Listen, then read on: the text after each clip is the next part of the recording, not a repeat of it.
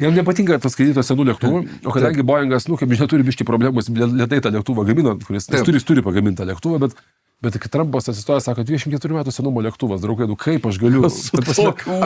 Kaip gėda, nepatogu. O tu matai su Skaramučiu, tą paskutinį, kur Skaramučius pasakojo, trumpas detūras. Kad Skaramučius sako, pirmoje kadencijoje, nes Trumpas turi savo lėktuvą, Trumpėje, kuris yra geresnis negu Force One'as. Šiaip. Ir Trumpas paskraidė su Trumpėru ir tada kažkada pasikvietė į Skaramučiam ir sako, žiūrėk, bet Force One'as yra gaidys. Aš galiu čia visiems tai pasakyti. Jam sako, ne, yra du dalykai, ko tu nesakai. Žiūrėdamas tą dalyką, čia visiems Lietuvos Grybauskaitės mėgėjams atsimenu, kaip Grybauskaitė sakė kažkada pradžioje kadencijos, paskui tas požiūris jos pasikeitė, bet sakė, mes su ubagais neturim bendrauti, mes turim bendrauti, kas nėra ubagai, sakė Grybauskaitė grįžus į Lietuvos prezidentavimą. Tai yra, kaip čia išversti, bedeklė, turbūt tas dalykas yra penedeklė. Daiktadėlis. Pasak Rablė Gargantar Pantagridas, tas dalykas buvo vadinamas daiktadėčiu. Čia toks iki triusiukų būdas nešioti, tarp kojų laikyti. Jo, tai dar nebuvo tos vyriškas vertybės. Tai tiesiog visą laiką, princui Filipui kiekviena įmanoma proga jis gaudavo iš šitos salos tokią dovaną, kas... Aš tau visiškai konteksto. Princas Filipas ten atvyko su vienu iš didžiausių britiškų battleshipų Duke of York. Dėl to jis ir buvo tėvynė. Kas vėlgi galėtų būti priimtina, pats didžiausias daiktadėklis. Kaip sako, ne, taip čia kaip būdavo, kad pats Rablėvis buvo vis svarstam Pantagrielė, ar tavo daiktadėklis pakankamai didžiausias ir ar jau pamiklinai savo daiktadėkį dėdę. Jo.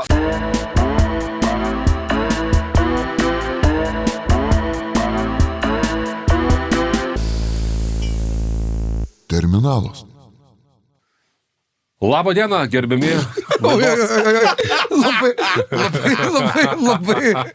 nesitikėjau tokio Terminalas dalyviai. Sveikinamės jūs eilinį kartą šį pirmadienį iš studijos, slaptos studijos Vilniaus mieste. Kurią visi labai gerai žino. Kurią visi labai gerai žino.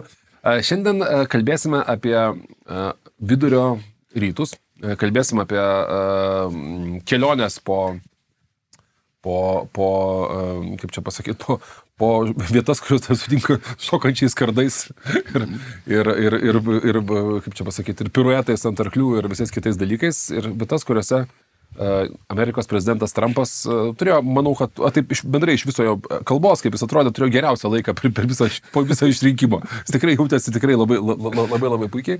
Bet prieš tai pasiklausiau, kur jūs buvot vyrai praeitą savaitę, kodėl čia mane vieną bandėt pastatyti prieš kamerą. Nebandam tavęs, tu atsisakai. Tu atsisakai, vienas nuėjo prieš kamerą. Teisingai, jis kaltas, jis atsisakė. Kur tu buvai? Aš kur buvau? Aš turėjau kilnę priežastį, mokinausi ginti Lietuvos valstybę, pratybos. Supratau, čia rimta. Tai kiek visą savaitę gynė, ar? Ne, iš tikrųjų 2 dienas. 2 dienas gynė. Pagerėjo tavo ginklų įgūdžiai. Žinių prasme taip. Žinių prasme taip, supratau. Mano netoks garbingas užsiėmimas buvo. Aš tiesiog turėjau roto virusą, kas yra viena tokių prasčiausių patirčių mano pastarajam gyvenimą. Aš kažkurio metu, nebenueidavau nuo tualeto. Aš tiesiog nebemačiau prasmės kažkur eiti. Ir tiesiog sėdė ir galvoju, tai aš būsiu čia ir kai mane pakvies, aš būsiu labai pasiruošęs, nes alternatyviai tu turi labai greitai bėgti nuo lovos, pavyzdžiui, ir kažką daryti. Supratau.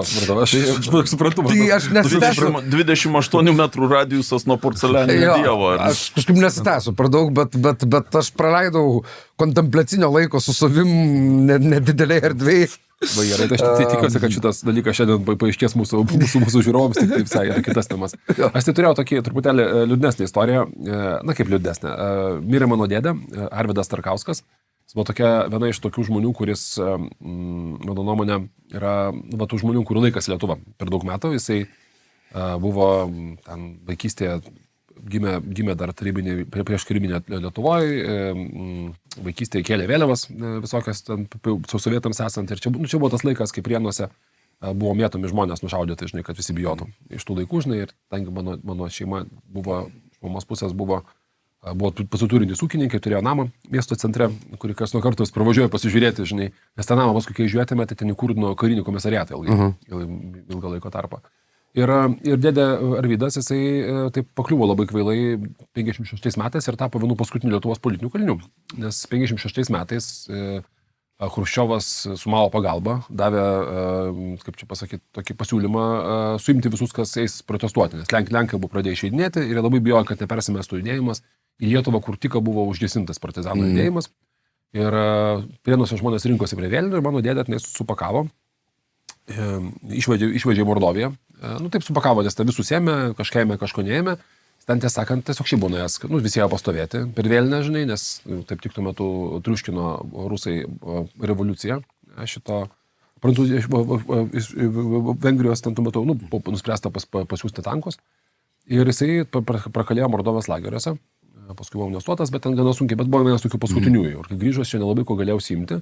Jis neakivaizdinių baigė istoriją ir užsieminėjo tokių sporto orientacinių sportų. Jis yra pirmasis orientacinio sporto organizatorius buvo. Jis visose knygose tapo orientacinio sporto organizatorius, savo atsiminimuose, beje, parašęs yra 3 knygas, savo atsiminimuose labai gražiai rašo apie tai, kad jis nelabai suprato, kaip, pradžioje nesuprato niekas, kad gali būti sportas, šaka, su vaikais dirbti kažkoks bičias, kuris yra politiškai nepatikimas. Bet paskui, aišku, išėjo iš tų vadovų po 1 metų, nes suprato, kad čia visas sportas bus labai negerai, bet orientacinis sportas tapo tokiu gana žymių dalykų. Per dėdės laidotuvės buvo atėjęs generolas, kaip čia, Lietuvos garsus karininkas Gečas kalbėti, sakė, Gečas pasakojo, sakė, kad tavo dėdės, buvo iš tų žmonių, kuris visiems sėdavo sėklą. Pasakodavo, žinai, kaip viskas yra iš tikrųjų. Aš, pavyzdžiui, labai gerai atsimenu tokią bairę, kai man 5 metai, mes einame kažkokį tai reiškiasi, žygį, žinai. O žygis, aišku, yra, kogi mano dėdė gali ieškoti savo draugų vaikais.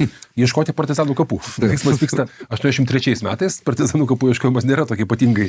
Bet jisai tokia skatintina veikla ir ten visi vaikai yra vyresni prigrasinti, kad partizanų kapus nekalbėti.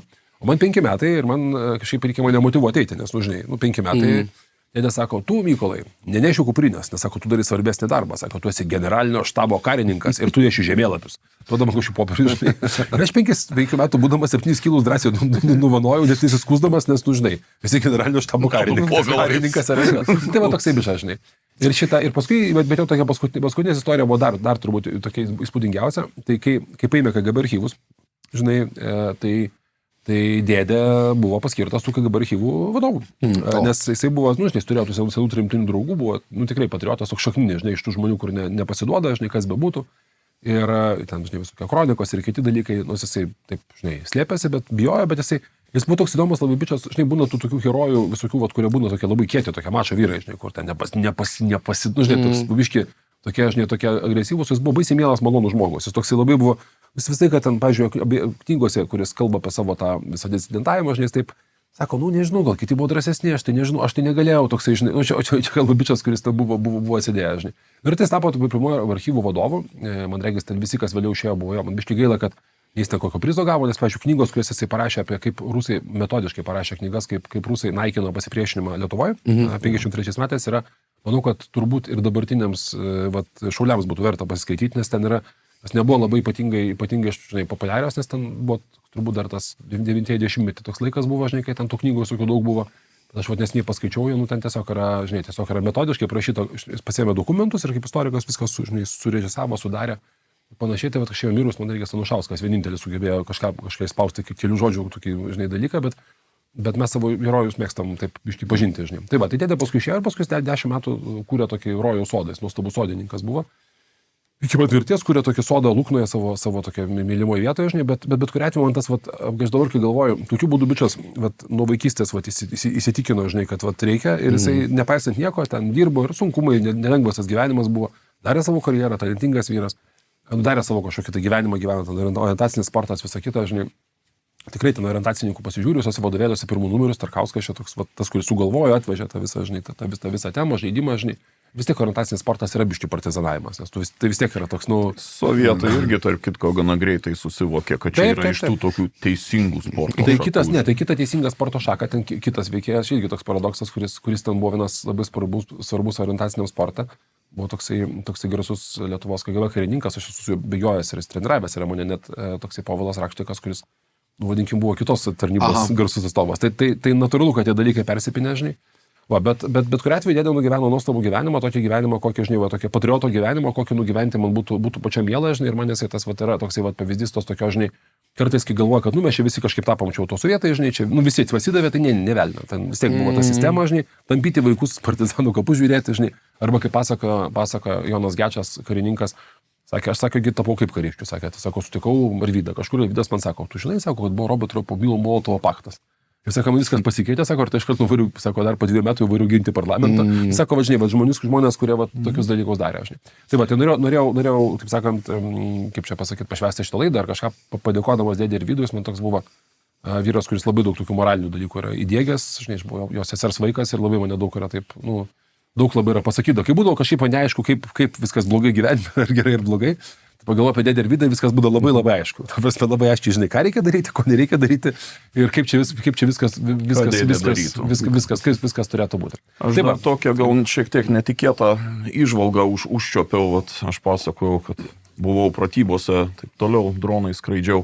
Kuo toliau, tuo labiau įsitikinu, kad dronų pilotui dabar skatinama, būkit pilotais, mokinkitės, taip toliau. Brangieji, pirmo reikalų, mokinkitės orientuotis. Pilotuot išmoksit. Pilotavimas yra mechaninis įgūdis. Jeigu nesugebė orientuotis, ne kažką iš tavęs pilotas finale. Taip, kad... Orientacija per pilotą. Geras, įdomus, aš nebuvau pagalvojęs. Niekur neprapuolė šitas poreikis. Graži istorija, Mykolai, apie dėdą. Ačiū. Kažkaip visai graži. Žinai, man sako, manęs visą laiką buvo tas toksai, tokia jungtis tarp to, ką tu darai, aišku, ten būdai kitokie visą kitą, žinai, bet man visą laiką tas labiausiai būdavo, kad, tų herojų, kurie mėgsta būti herojais, tai labai daug visą laiką būna, žinai. O čia buvo bičias, kuris, žinai, kuris turėjo paraduoti, ar ne, ta prasme, pagal savo istoriją, žinai, bet kelti ten vaikystėje su kažkokiais draugeliais vėliava Prienuose. Žinai, ta prasme, žinai, čia tavo žemėtė, žinai, kelti Prienuose vėliavą, ten, žinai, kokies nors ten, tipo, ten kažkur, tai paskui, aišku, ten nepagavo jų tada, bet įtarė, žinai. Linijos kamino. Tada, žinai, ten tie visi dalykai, paskui ta istorija, žinai, ten tokia baisi, žinai, kai dėdė pradėjo žiūrėti visus popierius ir ten surado, žinai, draugų visokių, ir kas ten, žinai, tai rusai, taigi ten, žinai, ten žudysiu arba ten informuok ne ką nors. Tai, pasi tokia istorija, tokia, žinai, skausminga buvo labai tose laiškų, žinai, vietose, bet taip sakant, bet, žinai, žmogus iki gyvenimo liko lygiai toksai pas, kaip pradėjo. Aš kas nuo karto su juo pasikalbėdavau, žinai, dar, žinai, pagarba tokiem žmonėms. Jo, žinai, toks veikėjas. Gerai, kolegos, dabar apie žmonės, kuriuos gerbime, perinam prie žmonės, kuriuos nebūtinai gerbime. Mažiau gerbime.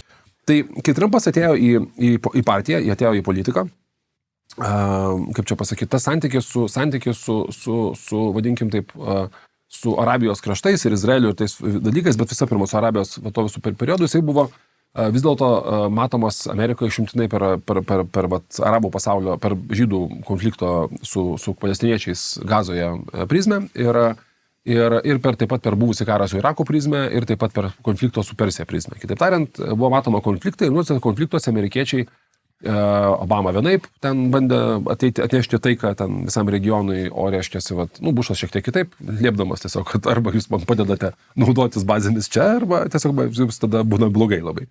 Tokiu būdu, buvo ten to pasi tos diplomatijos. Retorikos taip, bet ten buvo ir abipusės naudos nemažai. Buvo, bet reikia pasakyti, kad ta politika vis dėlto buvo tokia, kad amerikiečiai nesidžiaugia, kad jie draugauja su šitais visais vyrais, ta prasme. Jiems reikėjo Kataro, jiems reikėjo, Kuveitas, aišku, ir gynė Kuveitą, jiems reikėjo Saudo Arabijos, bet vadinkim tai politikoje, ir Obama tai darė labai labai atsargiai.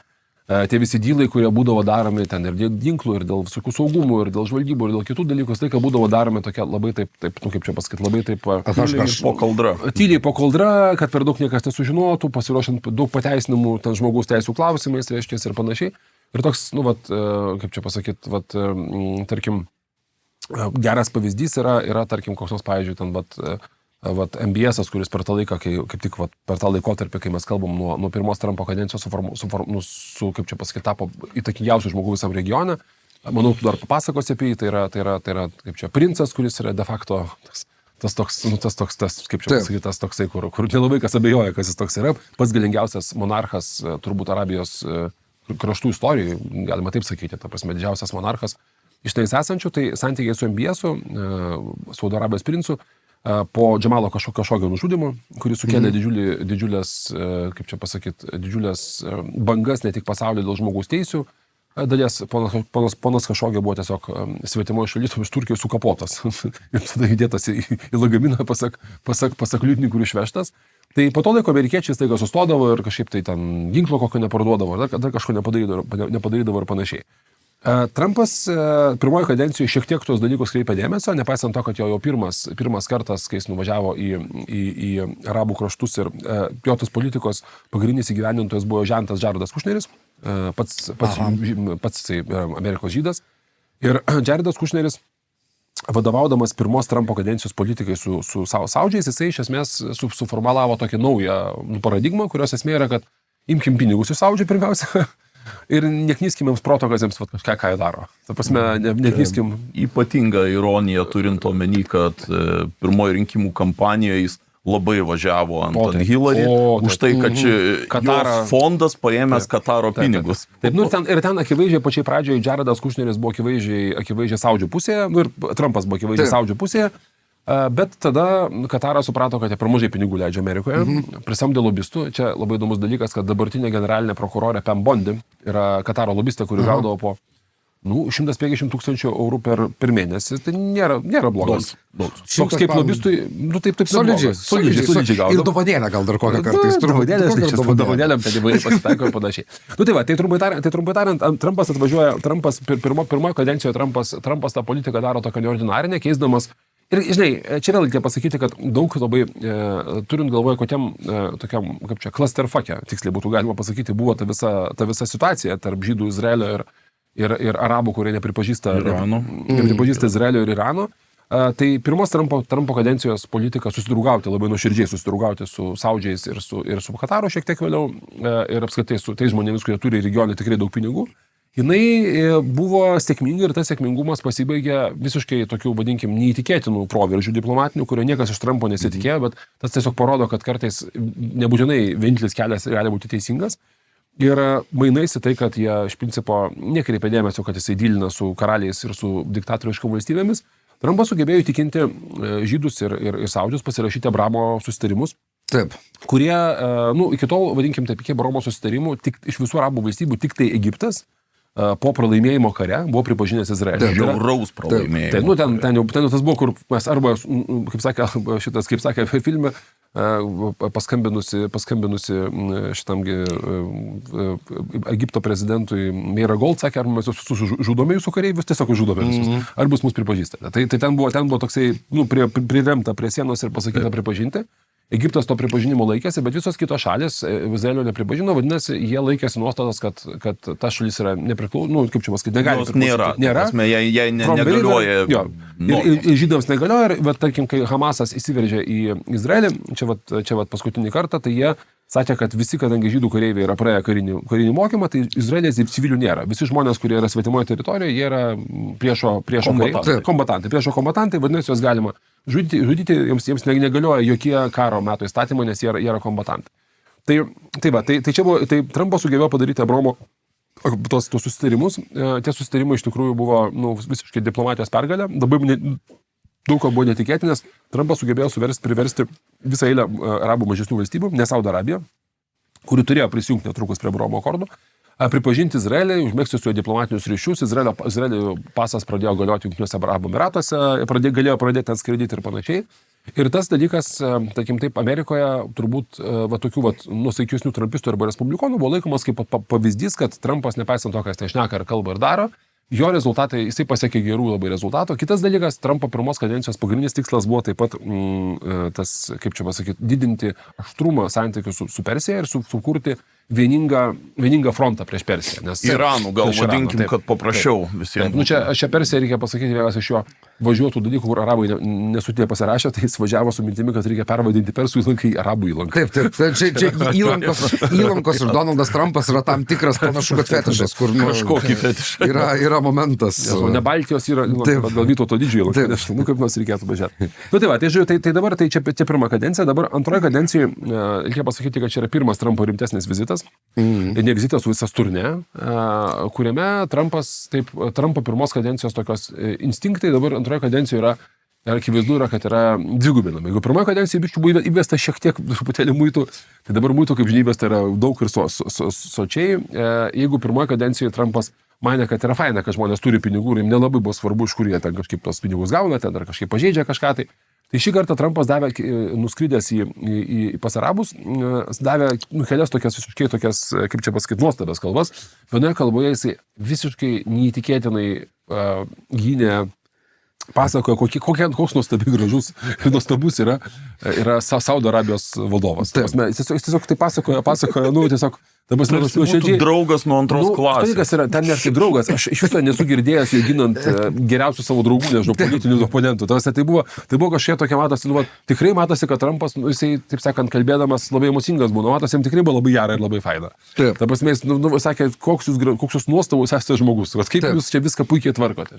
Bet kita dalis svarbesnė buvo, Trumpas sukritikavo Amerikos užsienio politiką, sakydamas, kad anksčiau čia skrisdavo visokie bičiai, kurie atvažiuoja, aiškinims, kaip reikia gyventi, nereikia, nežinau, kankinti savo, pavyzdžiui, pjaustyti savo politinių oponentų pjaustyti, nemėtykit akmenų į žmonės. Arba panašiai, bet daug tokių pasiūlymų buvo išsakyta. Sako, tai anksčiau neokonai visokie skraidydavo, sakė, aš neskaidau, sakė, man čia patinka, kaip bus gyvenate. Kitaip tariant, Trumpas pasirinko akivaizdžiai Amerikos politiką, kuri, čia nieko naujo nėra. Britai turėjo tokią pačią politiką visame regione visą laiką, kada bet raugaujama yra su turtingaisiais arba su tais turinčiais galę, turintys galę yra stiprinami, jokie ten socialiniai arba kiti įsivadavimai neįmanomi, mes nesuprantam to regionas, gyvena savaip, mes turim savų tikslų ir pagrindinis tikslas yra pas Trumpą yra, kad tas per jėgą pasiekti taiką per jėgą. Pirmas dalykas yra taika. Ir ta taika yra pasiekiama, ta jėga yra pasiekiama tokiu būdu, kad iš visų dalyvaujančių valstybių yra išreikalavimo kuo daugiau pinigų. Tai šį kartą pinigų, jeigu praeitą kartą tas Trumpo apvažiavimas pasibaigė ten 140 milijardų pirkimais iš ginklų pirkimais, čia ne tai, kad tai buvo didelis... Tarp kitko nebūtinai atkeliavo. Nebūtinai.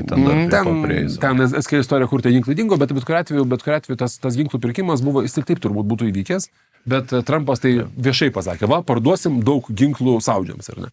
Tai šį kartą, paskui 17 metais, kai Saudija susipyko su Kataru, Trumpas paskui Katarų irgi atleido ir tada Trumpas ir Kataras pradėjo pirkti ginklus. Labai faina, kai yra du regioniniai tokios, nežinau, Lietuva su Latvija ruošiasi kovoti dėl ten pykstasi ir abu turi tą patį sąjungininkų ir sako, bičiuli, parduosim ginklų. Biškiai gal primena Indiją, Pakistaną šiek tiek. Oi, nežinau. Bet tam tikra yra niuansas, kuris labai smarkiai keičia. Jo. Tai gerai, dabar įsiprieto. Tai dabar taip yra kažkaip tai ten ginklų prisidarė, tai šį kartą pažadai sumos yra ne tik tai didesnės, bet jos yra substantyvesnės, nes ką padarė arabai su savo naftos fondo pinigais pastaruoju metu, jeigu anksčiau naftos fondo pinigai iš esmės buvo tiesiog leidžiami didžiąją dalimi statyti rojų žemėje, miestus ten, žinai, Jungtinėse Arabų Emyratuose pinigai susteldo 100 mylių miestą namą. 100 mylių namą aukščiausia. Visa Dubajos ekonomika susijusi su to, kad leidžia statyti viską, dar leidžia išgerti, nes kitur ne visai galima. Ir ten yra viskas būdavo anksčiau nekilnojamasis turtas ir kažkokie tokie dalykai, kurie atsietai, kurie svarbus yra. Šitoje vietoje tie visi pinigai naftos, kurie vis tiek kaupėsi, jos kažkur reikia dėti. Tai tie visi pinigai naftos jau seniai yra pradėję keliauti pradžią per Vision fondą, kur milijardus yra toksai pasiūtęs Japonas Matsuhiko Sonas, tai jisai sunkęs didžiausią pasaulyje fondą, investuoti į visokias startupus ir technologijų kompanijas.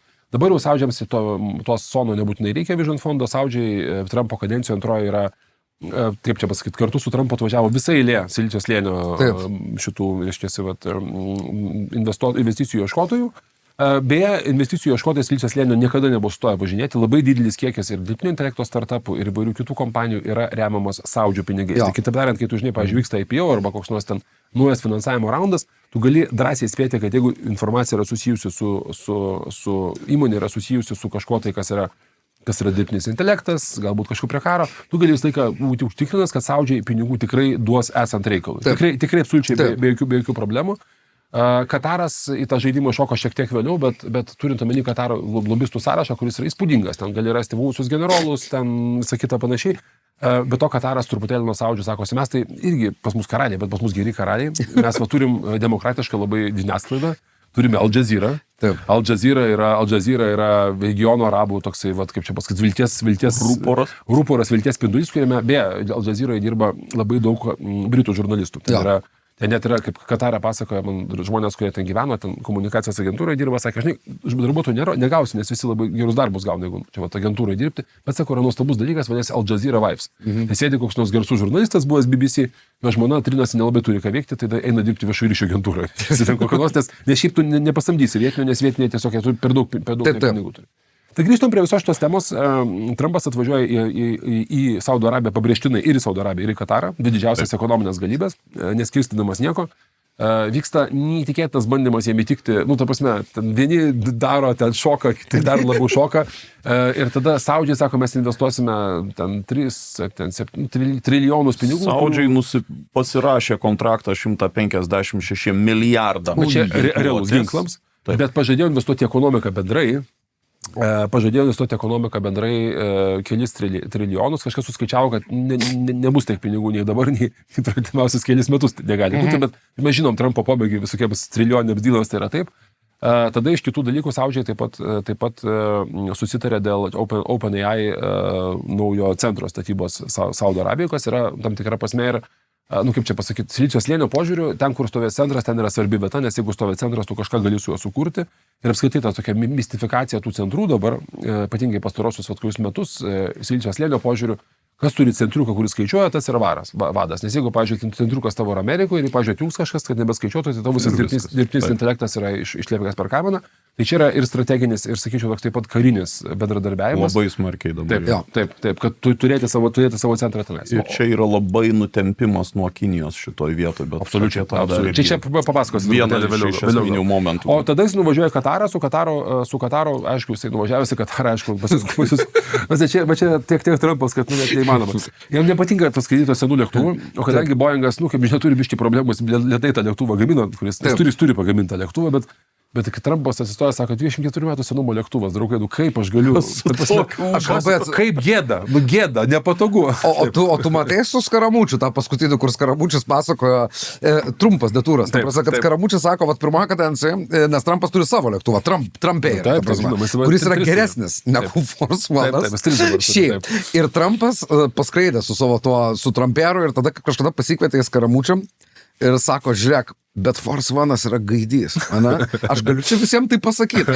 Jam sako, ne, yra du dalykai, ko tu nesakai. Tu nesakai, kad Force One'as yra blogai ir kad Oval Office kažką reikia kažkokius padaryti interjero pakeitimus, tai tu taip nedaryk. Ir Trumpas labai kažkaip supyko, negali pasakyti. Skaramučio, žinai, kad jis labai... Žinai, žmogus gyvena savo tam lėktuvą, tas taip visas reguliuoja. Taip, reguliuoja, bet visas vyksta lėktuvą. Tai lėktuvą norėjo, tai Kataras, turėdamas, tikrai, turbūt kažkas yra sakęs, kad Kataro lobistai yra, ta prasme, tai vienas geriausių lobistų klientų, jisai ne per daug reikalauja, darbas yra tiesiog būti, kaip priimamas yra sprendimas ir jie tikrai ten turi labai daug pinigų leidžia lobizmui, ima visus įmanomus, visus perka, ten palaiko, paremia, pavyzdžiui, ten Al Jazeera gauna speaking slot, jie tikrai labai intensyviai savo tą įtaką investavo, nes, žinai, Saudžiai šiaip didesnė yra, jeigu ten kariautų, tai nebūtų labai faina. 1:11, Saudžių 3 milijonai, Kataro 3 milijonai. Bet esminis skirtumas. Saudžiai atitinkamai, aišku, BVP yra didesnis, bet BVP per capita Kataro yra daugiau negu 2. Bet to Kataras turi dar be kito ko ne tik tai naftos, bet jis turi dujų turi. Kas dalinasi su Iranu. Taip, žodžiu. Tai ten Kataras apskritai nuostabi valstybė, kuri vieną kalbą, kitą daro, ten geopolitiškai ir panašiai. Ten yra atskira tema. Papasakosim. Dabar grįžtam prie to dalyko, tai žodžiu, nuvažiuoju į Katarą. Kataras, vienas dalykas padovanoja pilnai karališkai įvengtą dalyką, kurį demokratų visi kairieji žurnalistai momentaliai praminė Whorehouse. Flying Whorehouse. Nes tavęs, šiaip iš tikrųjų, aš nežinau, kas yra, bet kai rodė tą dalyką, nes neslėpsiu, žinai, mes, aišku, visi esame sugadinti visokių, nežinau, filmų ir pornografinių, bet tu puikiai įsivaizduoji, kam tai reikalinga. Kodėl? Alternatyviai, kodėl reikia tokio dydžio dalyko? Tavęs dydžis, spalvos. Taip, auksinio šikano inkarnacija Boeing'e. Tai aš galiu labai trumpas detūras. Man kartą teko gyvenimą plaukioti labai brangią jachtą, kurią plaukioja žmonės, turtingi žmonės, ten visokie milijardieriai įvairūs, žinomi žmonės pasiema ją kartais įsinuomoti. Tai to jachtui plaukiant, klausiu aš ten to vietinio personalo aptarnavimo, kas jau čia sunkiausia buvo. Tai sako, tai arabai sako, yra sunkiausia klientai. Nes sako, ten sako, viskas yra tokiam, sako, žinai, sako, tai kai rusai tai geria, žinai, ir tiek, bet sako, šiaip arabai, tai sako, sunkiausia, nes sako, ten yra, visas stafas turi išmokti, kaip, kada, kokiu būdu gali eiti ir taip pat turi išmokti priimti abuzą nuolatos. Ta prasme, tai viskas yra neprastai ritualizuotai padarytas tas visas bendravimas, ten, žinai, kur atsiranda vaikas, kur arabas dabar ilsisi, žinai, tas ne arabas kaip tautybė, bet vadinkim, kur ten koks tos ten, žinai, šitas gisaudis, šeikas ten ilsis ir panašiai. Sako, tai yra labai sudėtinga fiziškai, nes tu labai daug detalių turi žinoti, kada kas galima daryti. Ir kitas dalykas, sako, žmogiškai irgi labai, ta prasme, kaip čia pasakyti, labai sunkus laikai tikti, nes sako, dažniausiai viskas, ką darai, yra netinkamo. Ten, tam tos aptarnavimo personalas, aš sakyčiau, ten ne 5, ten kokie, nežinau, 7 ar 9 žvaigždutės pagal tą visą dalyką. Tai aš maždaug turiu įsivaizdavimą, kaip atrodytų dalykas, kuris buvo skirtas ne šiaip pasiplaukyti kokiam šeikui, bet skirtas jau karaliui skraidyti. Aš manau, kad Trumpui vienareikšmiškai ta tema turėjo labai patikti. Jis gauna lėktuvą. Lėktuvas yra mega persmerkiamas Amerikoje. Netgi ten Tedas Kruzas ir šitas, ir aišku, ten Ryanas ir šiaip visokie bičiai, kuriems nelabai patinka arabai, įstoja. Pagrindinis klausimas yra toksai, kad, žiūrėk, arabai Kataras yra rėmęs Hamasą, Kataras yra rėmęs Palestinos organizacijas, Kataras yra su persais turėjęs visokių dylingų. Sako, jeigu Kataras būtų žmogus, tai tu jam neleistų mokytis, tu jį deportuotum iš Kolumbijos universiteto į Venezuelą, bet tu dabar lėktuvą paimti iš jo labai sėkmingai gali, aišku, Trumpistai šauna. Kitas dalykas, aišku, reikia dar pasakyti, kad tas Kataro santykis, Katara buvo ta vieta, kurio biški nusiminė žydai. Ne žydai čia visai neblogai draugavo čia su Trumpu. Ten Benjaminą gali mėgti, nemėgti, bet jis suprato, kad Amerika vis dėlto pačiai pradžioje labai retoriškai ir kitaip palaikė karą Gazoje. Dabar yra panašu, kad su Benjaminu santykiai yra pablogėję Trumpo. Benjaminas yra labai nepatenkintas turų, nes važiuoja į Middle Eastus ir pas jį nenuvažiuoja. Tiesiog netoli. Ta prasme, tai aišku netoli. Diplomatijos prasme toks biškiai. Ta prasme, ne tik diplomatijos prasme, ir pasak jau Trumpo Inhauserių visokių, arba visokių ten, aš čia praleidau laiko su visais tais right-wingeriais, tai tenais yra mintis tokia, kad žydai turėjo baigti šitą karą, nes nepatinka Trumpui, kad karas vyksta, jis dar nepabaigė nė vieno karo, žydai galėjo pabaigti karą, o dabar Netanyahu ima toliau puolą Gazą. Ir bando pasimti ją visą, nes Trumpas siūlė sukurti demilitarizuotą zoną, kuri, iš principo Netanyahu, tai pati mintis gal ir nieko, bet čia ne jų mintis yra. Jų mintis nėra padaryti demilitarizuotos zonos, jie nori ten padaryti normalią gerą, kaip čia pasakyti, kaip ir darė kitose vietose, normalią gerą okupacinį tokį daiktą. Ta prasme, kad išlaikyti visus žmonės ir ten visi puikiai supranta, kad jokios arabų valstybės palestiniečių, nesvarbu, kiek ten Trumpas jas pažadėtų. Dabar jau nebebus. Nebebus, niekada nepriims, ta prasme, čia nieko to nebus. Ir tada Netanyahu nusprendė, kad karą reikia tęsti ir karo tęsimas šiuo atveju Trumpui nepatinka ir pastaruoju metu atšalimas santykių tarp Bibi ir kuris buvo draugelis Trumpo numeris 1 ir tarp Trumpo matosi gana aiškus ir kitas dalykas yra, aišku, akivaizdu, kad Trumpas nori po šito vizito prie Saudo Arabiją pridėti prie Abramo akordų ir naudoja taip spaudimą santykiuose su Izraeliu. Ar Bibi labai nori Abramo akordų Saudo Arabiją, turbūt nebūtų nieko blogo, bet klausimas yra kainos. Kokią kainą iš tai turi sumažėti. Ir paskutinis dalykas, ką Trumpas padarė. Pirmoji Trumpas kadencijoje turėjo vieną dalyką, kuris buvo neginčiamas. Tai buvo Persijos ir Irano karas. Tai atsiminkim, jis išėjo iš susitarimo, kurį Obama buvo pasirašęs su Iranu, paliko ant ledo visą Europos Sąjungą, kurie atsakėsi dėl atominio ginklo ir panašiai. Antroje kadencijoje čia labai įdomus dalykas, aš biškį turiu įtarimą, kad čia Rusai prisidėjo, nes po to, kai Vitkofas pradėjo čia su Rusais derinti reikalus ir važinėti į Rusiją, su Iranu kažkas pasikeitė. Tai prasme, Trumpas pradėjo sakyti, tuo mes turėsim Big Beautiful ir čia taip toliau, ir ten Iranas tikrai nenori kariauti, kitaip tariant, pradėjo daryti visus tos dalykus, kurie darosi. Ir faktas yra tas, kad Vitkofas norėtų padaryti tą Irano dylą, čia jis jau dabar tų dylų nepadarė, jam čia yra vienas svarbiausių dalykų. Ir kaip ten tas visas dalykas, toliau tęsia sunku pasakyti. Ir kas yra paradoksalu, kad dauguma žmonių Amerikoje, tarkim, politikų iš abiejų pusių, išskyrus, vadinkim, čia vienintelis, kas kenčia, tai neokonai ir respublikonų vanagai. Nes visi kiti su Iranu padaryti kažkokį dylą, kuris kažkaip kontroliuotų atominio ginklo atsiradimo, kaip ir nieko prieš. Čia toks, ta prasme, būtų visiškai neblogas. Ekonominiai dar yra dalykai labai stiprus. Jo, tai tas dalykas, taip pasikalbės. Tada ką dar padaro? Tada šitasgi pabombardavęs už $1,5 milijardo hučius. Informuoja, kad hučių daugiau nebombarduos. Kažkaip tai susidraugos. Bet aišku, paskutinis dalykas aiškiausias, kuris vėl patinka viso pasaulio kairiesiams labai stipriai ir nepatinka viso pasaulio dešiniesiams. Bent jau Amerikos vanagams nepatinka, tai jisai pripažįsta iš principo de facto Sirijos naują vadovą. Aha, Jis sako, nebus to dabar sankcijų. Sakė, man paskambino Erdoganas ir sakė, žinai, sako, jis dabar turi šansą, sakė Erdoganas. O sakė, bet tavęs šansų neturi. Sako, aš galvoju, reikėtų tam šansą. Tai davė šansą. Geras bičas. Aš vis dar grįšiu prie to, kad Erdoganas žaidžia geriausią partiją. Aš esu būčiau linkęs. Visai sutinku. Nu kaip, vat užsienio politikoje taip, bet jis nesvarbu, jis, žinai, bet užsienio politikoje tikrai su ukrainiečiais ir viskas žaidžia yra geriausia partija. Bet taip pat, tai varom taip. Tai dabar Amerikos reakcija, tai aišku, lėktuvas, korupcijos lėktuvas yra, šiaip tai atvirai pasakius, iš tokios komunikacinės pusės, šitas lėktuvo pasiėmimas, aišku, lėktuvas bus paimtas Amerikai, o paskui galimai bus perduotas į Trumpo biblioteką. Dabar saugumą, noriu pasakyti tokį labai juokingą dalyką, žiūrėjau kokias 3 laidas apie saugumo požiūrių, kuriuose žmonės ir išmanantys žmonės labai aiškino, kad tas lėktuvas niekada neskraidys kaip Amerikos Force One. Jis negali skraidyti fiziškai, nes vienintelis būdas jis skraidytų, jisai nebūtų paslėpta, nežinau, ten, tarkim, 10 mm trotilo, kas yra galimybė, turint galvoje, kas yra Kataras ir su kokiais žmonėmis įdraugauja.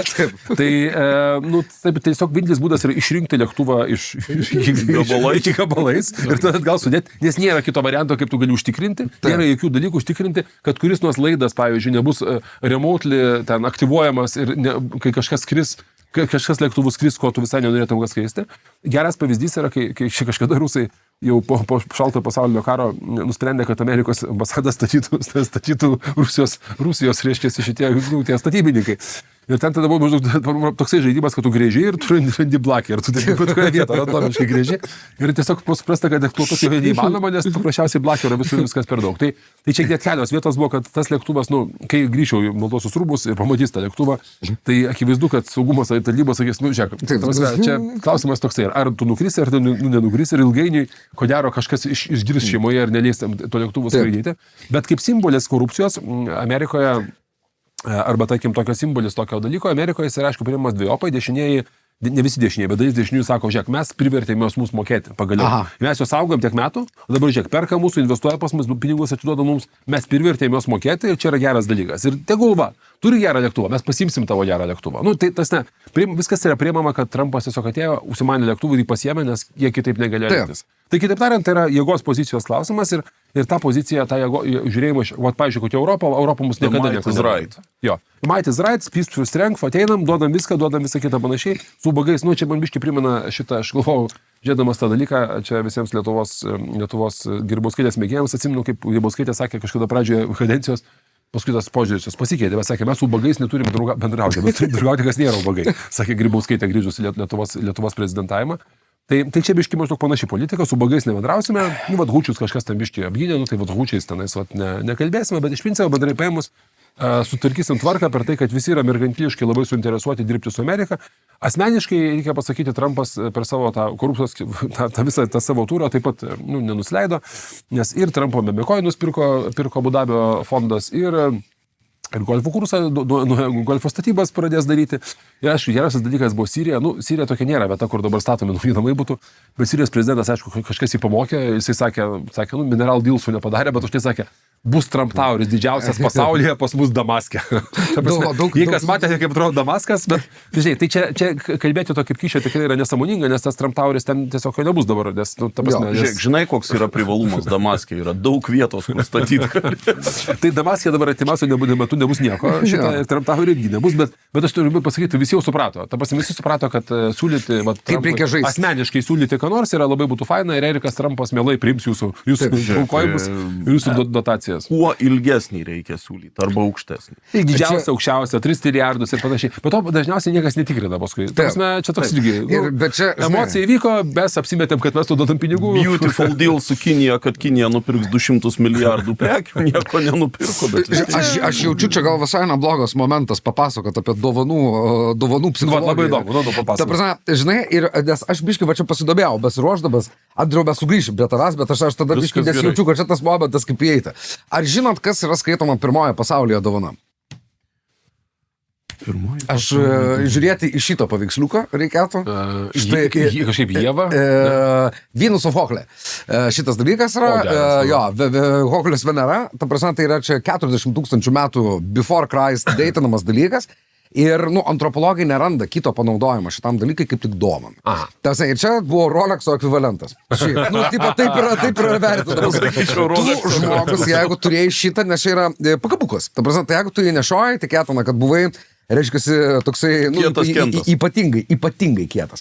Tai dovanojimas diplomatijos vardan, tai gajus nuo iš tikrųjų šumerai net taip darydavo. Iš tikrųjų yra krūva rasta raštų, kai prašydavo, aš tau duodu arklį ir lapis lazulį, tipo pundelį, ta prasme, šitas gražus mineralinis toksai akmuo. Ir ką tai sukuria, pasak antropologo, tai yra cycle of reciprocity. Reiškia, kad tu, jeigu tu duodam, tai tu tikėsi gauti atgal, čia yra vienas dalykas, ir automatiškai bandini tą žmogų, eventualiai duoti kažką atgal. Ir tai yra tokia kaip nerašyta obligacija, kad mes susitarėm, kad dabar viskas vyks taip. Ir iš tikrųjų šitas dovanų dovanojimas buvo naudojamas, vienas įdomiausių yra Bizantijos momentas, nes Bizantija visą laiką duchindavo, kas pas juos atvažiuodavo, duodavo dovaną, bet tokia, kad nesuprastų, nes Bizantija buvo kur kas labiau... Sofistikuotesnė, taip. Taip, ir duodavo, pavyzdžiui, vargonus. Ir sakydavo, labas, klausyk. Labas, Kievo Rusijos ten kokių. Žinai, kas čia? Ne. Oi, pas jūs nėra, ne? Biški nėra, bet pas mus yra. Paspaučia. Matai, kaip įdomu. Bulgaro Hanatas važiuoja su personais. Ir, žinai, ir automatiškai gaudavo. Visai tas būdingas dalykas buvo ir kitose vietose. Reikdavo paaiškinti visiems, kad jūs... Taip, bet tu jauties iš karto, tai dovana yra dovanojama kaip parodymo, kad mes tau duosim. Lochas. Bet duosim dėl to, kad tu vargšas. Ir durnas ir nesupranti, ką pasiėmė. Taip, sėdė kalkuliatorių, kad tu skaičiuoti nemoki, gaila, matematikos nesupranti. Jo, tai va čia, žinai, vienas momentas, kaip tas dovanas naudojamas. Aišku, kitas dalykas yra grinai visokie memorialiniai dalykai. Čia biškai besiruošiant vienas įdomesnių. Jūs žinot, kad princas Filipas amžinatelis yra tam tikrose salose netoli Australijos yra priemamas kaip dievybė. Žinote šito įdomaus antropologinio. Jis, būdamas jaunas, ten darė turą per okeaniją, kas buvo, netikėtas ir, man atrodo, vienas tų pirmųjų dalykų. Ir kai kuriuose salose tiesiog nebuvo white man before, ta prasme, kur jis atvyko. Ir jis atvyko dideliu laivu. Ir vienoje iš tų salų, kur mes matome, va štai čia, man atrodo, vadinasi Tama, netoli Vanuatu šitą salą, tai jis laikomas dievybė. Tai šitie žmonės, ką siunčia siūsdavo princui Filipui. Tai yra, kaip čia išversti, bedeklė, turbūt tas dalykas yra penedeklė. Daiktadėlis. Pasak Rablė Gargantua ar Pantagridas, tas dalykas buvo vadinamas daiktadėčiu. Čia toks iki triusiukų būdas nešioti, tarp kojų laikyti. Jo, tai dar nebuvo tos vyriškas vertybės. Tai tiesiog visą laiką, princui Filipui kiekviena įmanoma proga jis gaudavo iš šitos salos tokią dovaną, kas... Gargantua ar Pantagridas konteksto. Princas Filipas ten atvyko su vienu iš didžiausių britiškų battleshipų Duke of York. Dėl to jis ir buvo dievybė. Kas galėtų būti priimtina, pats didžiausias daiktadėklis. Kaip sako, ne, taip čia kaip būdavo, kad pats Rablėbis buvo vis svarstam Pantagrielė, ar tavo daiktadėtis pakankamai didžiausias ir ar jau pamiklinai savo daiktadėtį dėdę. Jo, tai ką turbūt reikėtų pasakyti, tai, o jo labiau JAV klausimų, tai yra keletas dalykų. Ir yra labai įdomu. Ar žinot stalas, ant kurio ten Trumpas deda savo kojas? Va tai va. Kas tai yra? Verezolut desk. Jo, Verezolut, ne Verezolut, man taip atrodo, jis vadinasi, bet esmė yra ta, kad tai yra dovana iš Britanijos, aš net nepamenu, kuriam prezidentui, bet tai buvo HMS Resolute, man taip atrodo, tas laivas vadinasi, kuris buvo Exploration laivas, kuris nuskendo ir iš jo, reiškia, timberio padarė stalą, kurį padovanoja. Ta prasme, tai jis yra va toksai reliktas artefaktas, ta prasme, trofėjinis. Kaip ir laisvės skulptūra, be kitako, yra. Čia buvo prisiminta per visą šitą. Ar bus verta imti iš Kataro lėktuvą, kai Trumpas sakė, tai jeigu man duoda lėktuvą, tai ką aš neimsiu, ką aš durna, ką sakysiu, nenoriu su lėktuvu, kas per nesąmonė. Sako, tai laisvės statulą irgi pasėmėm. Ir kitas dalykas yra Vašingtone, yra šitie Sakūrų. Cherry Blossom 3, kurios yra padovanoja ir Vašingtonas be to yra neįsivaizduojamas. Sakūros. Be to yra neįsivaizduojamas, kas vėlgi buvo Japonijos dovana Amerikai, vienu žodžiu. Dovanojimas kaip diplomatijos momentas yra visiškai gajus, bet jis sukuria cycle of reciprocity. Ta prasme, tai čia ir tai vadinasi, jeigu aš tau duodu didelį big plane, beautiful big best plane, tai tu duodi kažką atgal. neišvengiamai. Ta prasme, Tai va, tas, kas buvo duota atgal, man taip atrodo, kad Trumpas čia labiau šitoje vietoje, man taip atrodo, čia buvo, žinai, toks yra dalykas dovana ir toks dalykas yra duoklė. Taip. Tai man šitas procesas labiau atrodė, kad jam labiausiai patiko dėl to, kad jis atvažiavo gauti, kaip ne dovanų, jis gavo, jisai pats savo Ameriką, pačiu savo buvimo stiprumu, čia, žinai, bet čia viskas susieina truputį, ko demokratai nelabai suvokia, tai, tiksliau, ypatingai iš mūsų žiūrint pusės. Tai reikalas yra toksai, kad visi puikiai supranta, kad tas lėktuvas yra duodamas Trumpo asmeniškai. Taip. Bet visi taip pat, ten tas pasakymas, kad jis paskui bus Trumpo ten tos, kaip čia pasakyti, library lėktuvas, čia nėra tokia didelė, kaip čia pasakyti, bus tiek, tas aš tuose buvau tuose library, ten tokia vis tiek yra public institution. Taip. Gal galės paskraidyti kažkur, tai, bet aš nemanau, kad čia toks yra didelis dalykas. Bet tas vaduoklės gavimas ir tas nuostata Amerikoje, ypatingai tarp Trumpo rėmėjų, kad Amerika buvo išnaudojama labai daug metų. Ir Amerika visiems davė, ten šėrė, gydė, davė kitus dalykus, o visokie tokie turtingi bičiai, tipo, kaip ten Salmanas, arba kaip Kataras, arba kaip tas pats Abu Dabis, arba kaip visi kiti, nuolatos iš mūsų tyčiojosi ir nuolatos net nedarė, pažiūrėjau, buvo ten tas baisus dalykas, kai čia Bidenui reikėjo nuleisti biškį naftos kainą. Ir nepaisant ilgų dėrybų, MBS'as jiems sakė, atsiprašau, labai nebus to. Ta prasme, negalim, dabar mums pat nepatinka ir nepaklausė. Nedarys OPEC'as, kas, principo, Saudžių didžiąją prasme yra dalykas. Ir ta vieta, jinai išlieka, kaip čia pasakyti, išlieka labai toks nepagarbos rodymas Bideno administracijai, tokia, giliaja prasme, būdavo labai didelis ir tai buvo išlieka didžiulė tokia nepasitenkinimo, kad mes su savo tais liberalizmais ir čia maždaug gindami visokias mažas pažeidžiamas grupės, ten klausdami kaip pas jūs gėjams, kaip dar kažką, tai mes susipykstam su tomis, iš principo, abejodami, ar tos valstybės turi teisę egzistuoti, mes su jomis susipykstam ir prarandame, jeigu mes traktuojam juos kaip trečiailius, tokius, reiškiasi, žinai, ten laukinius, kurias kažkaip čia reikės ilgainiui tiek pakeisti valdžios valdžią, žinai, tu natūraliai susipyksti su jais ilgam ir mainais į tai jis pykstasi taip pat. Ir ta gaunasi, kad mes juos giname, mes duodam čia ginklus, tam apgynėm nuo Irako, pavyzdžiui, ten kokį Kuveitą ir panašiau, jie mūsų negerbė ir iš mūsų šaiposi.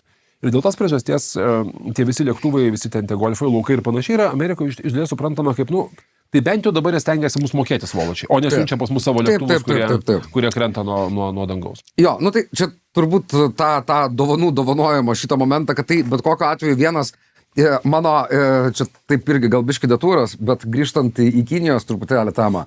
Panda diplomas. Norėjau sakyti, žinai, koks esminis dalykas yra. Japonai dovanoja sakūras, kinai dovanoja pandas, stabdom, kinai paskolina pandas. Dovanoja tik tai tam tikram laikui, paskui turi grąžinti. Ir tai yra, žiūrėkit, mes turim pandą, kas parodykit žmogų, kuris nemėgsta pandų. Taip, ir kas nenori pandų, ir kas nemėgsta pandų, ir nieks neturi, bet mes turim. Tai mes jums duosim, ja? Bet čia kontraktėlis pasirašysit. Paskui Žao Bunbunas turės sugrįžti tą prasą, žinai, į kuris ten turėtų būti. Smithsonian zoologijos sodui 10 metų, porelė pandų išnuomot. Ir kitas dalykas, kad jeigu kažkas tai, kaip čia, subjūra santykiai, taip, atiduotas. Pandos yra atimamas. Taip. Rašyti tie dalykai. Su Australija šitas buvo žaidžiamas, su Amerika žaidžiamas, su kuo tik nenori. Smoksim, jūsų vaikai nebematys pandos. Ir aš dar tai apie dovanas turbūt tiek, bet tu žinai minėjai apie Kataro lobistus. Ir labai įdomus dalykas yra apie arabus JAV bendrai. Nes šiaip arabai JAV, kad taip prieš einant jau ir gilinantis į kaip ten yra viskas Middle East'e, jų nėra daug, tai yra 3,7 lemo. Šiaip, ta prasme, tie, kurie identifikuojasi savame kaip... Taip, ir kas dar yra įdomu, kad mes galvojame, kad tie musulmonai, 24% yra musulmonai, visi kiti yra krikščionys. Beveik, nes tai yra, Javuose. Taip, nes tai yra dalinai Libano, labai daug aišku. Druzai Libano. Taip. Ir įdomus dalykas yra tas, kad juos, kaip ir daug ką vadina tipo Trumpo kingmakeriais, bet tai yra iš viena tų marginalizuotų grupių, kurie reiškiasi, pasak ten tų sociologinių momentų, kuriuos aš skaičiau, jie patapo Trumpo kingmakeriais. Nes jie buvo pamiršti. Bet poroje vietoje taip. Mičigane labai, ta prasme, nes tai yra Mičigane mobilizacija buvo 90%, žinai, vauterio. Ir Super PAC'ai jų yra be galo stiprus. Toksai, tavo draugas režisierius Michaelas Moore'as, režisierius, nežinau, tavo draugas, panašus biškai. Žinau. Michaelas Moore'as, tai Michaelas Moore'as, ten nežinau, jisai nuo pradžios rinkimų, kai tik atsirado Kamala Harris, rėlino, kaip jisai nori padėti dabar, kad nubalsuotų tie arabai. Bet jie visiškai jį atmetė, nes Trumpas, kaip čia, deployino arabams įtikinėti, deployino savo giminaitį. Jo. Tas giminaitis nuvažiavo, deployino arabus, įtikinėjo, kad dabar Trumpas atės įspręs Gazos problemą taip, kaip reikia įspręsti, demokratai jūsų nesprendė. Dabar jis yra Trumpo patarėjas kažkokiais vidurio rytų kažkokiais integracijos klausimais. Jis tai, kad dažniausiai duoda prieš vizitinę kortelę, kur parašyti Trumpo patarėjas. Tiesiog tas dalykas yra toksai. Bet trumpai tariant, ten buvo vienas, kaip čia pasakyti, tas Trumpo elgesys su arabais bent kol kas yra, tie, kurie žinų balsavo tikrai, yra kol kas turbūt viena iš tokių labiausiai klasikinių pažadų sulaužymų. Jo, visiškai. Kągi, žadėjom, kad bus taip, nesigavo. Bet reikia paminėti, kad būtent tie JAV arabai yra visiškai demokratų nuo... Ne, jie tradiciškai buvo demokratai, tik tai vat, yra kelios grupės ir kitas dalykas, tu labai teisingai pastebėjai, JAV arabai laikomi vieni labiausiai, čia paradoksalu, nepasant terorizmo akto, laikomi viena labiausiai geriausiai susintegravusių grupių išorinių, ta prasme, ten, tarkim, yra grupų, ten ypatingai latino amerikiečių, kai integravęs yra prašiau negu arabai.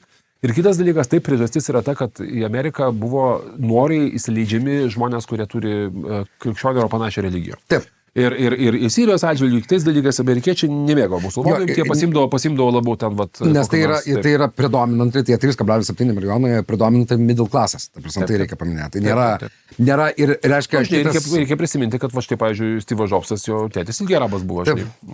Ir grįžtant prie to Qatari Investment Fundo, kuris pradėjo dirbti per pirmąją Trumpo kadenciją, tai, man atrodo, jų portfeliukas šiuo metu yra 450 billions. Į viską. Ta prasme, tai reiškia real estate'as, pusė New Yorko priklauso, ne pusė, čia, žinai, hiperbolizuojant.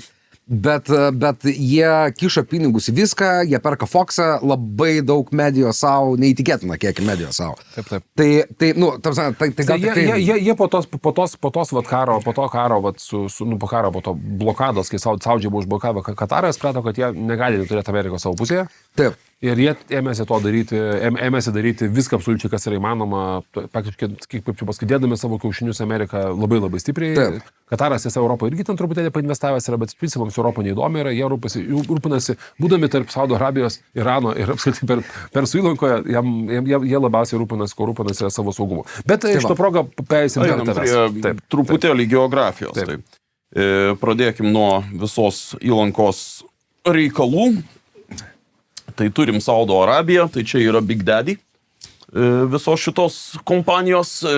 Saudo Arabija, tiesą sakant, beveik visos šitos šalys atsirado kaip šalys dabartiniam žemėlapį po antro pasaulinio karo, kai pilnai subirėjo iš tikrųjų po pirmo pasaulinio karo Otomanų imperija, bet tada ten prancūzai atsiriekė va šitą gabalą sūrio, ten labiau Libanas, Sirija, tas kampas. Britai ten Jordano, Irako gabalą, žodžiu, mes čia paadministruosim, jūs pasitraukit, jūs kvaili arabai laksto čia ir ten.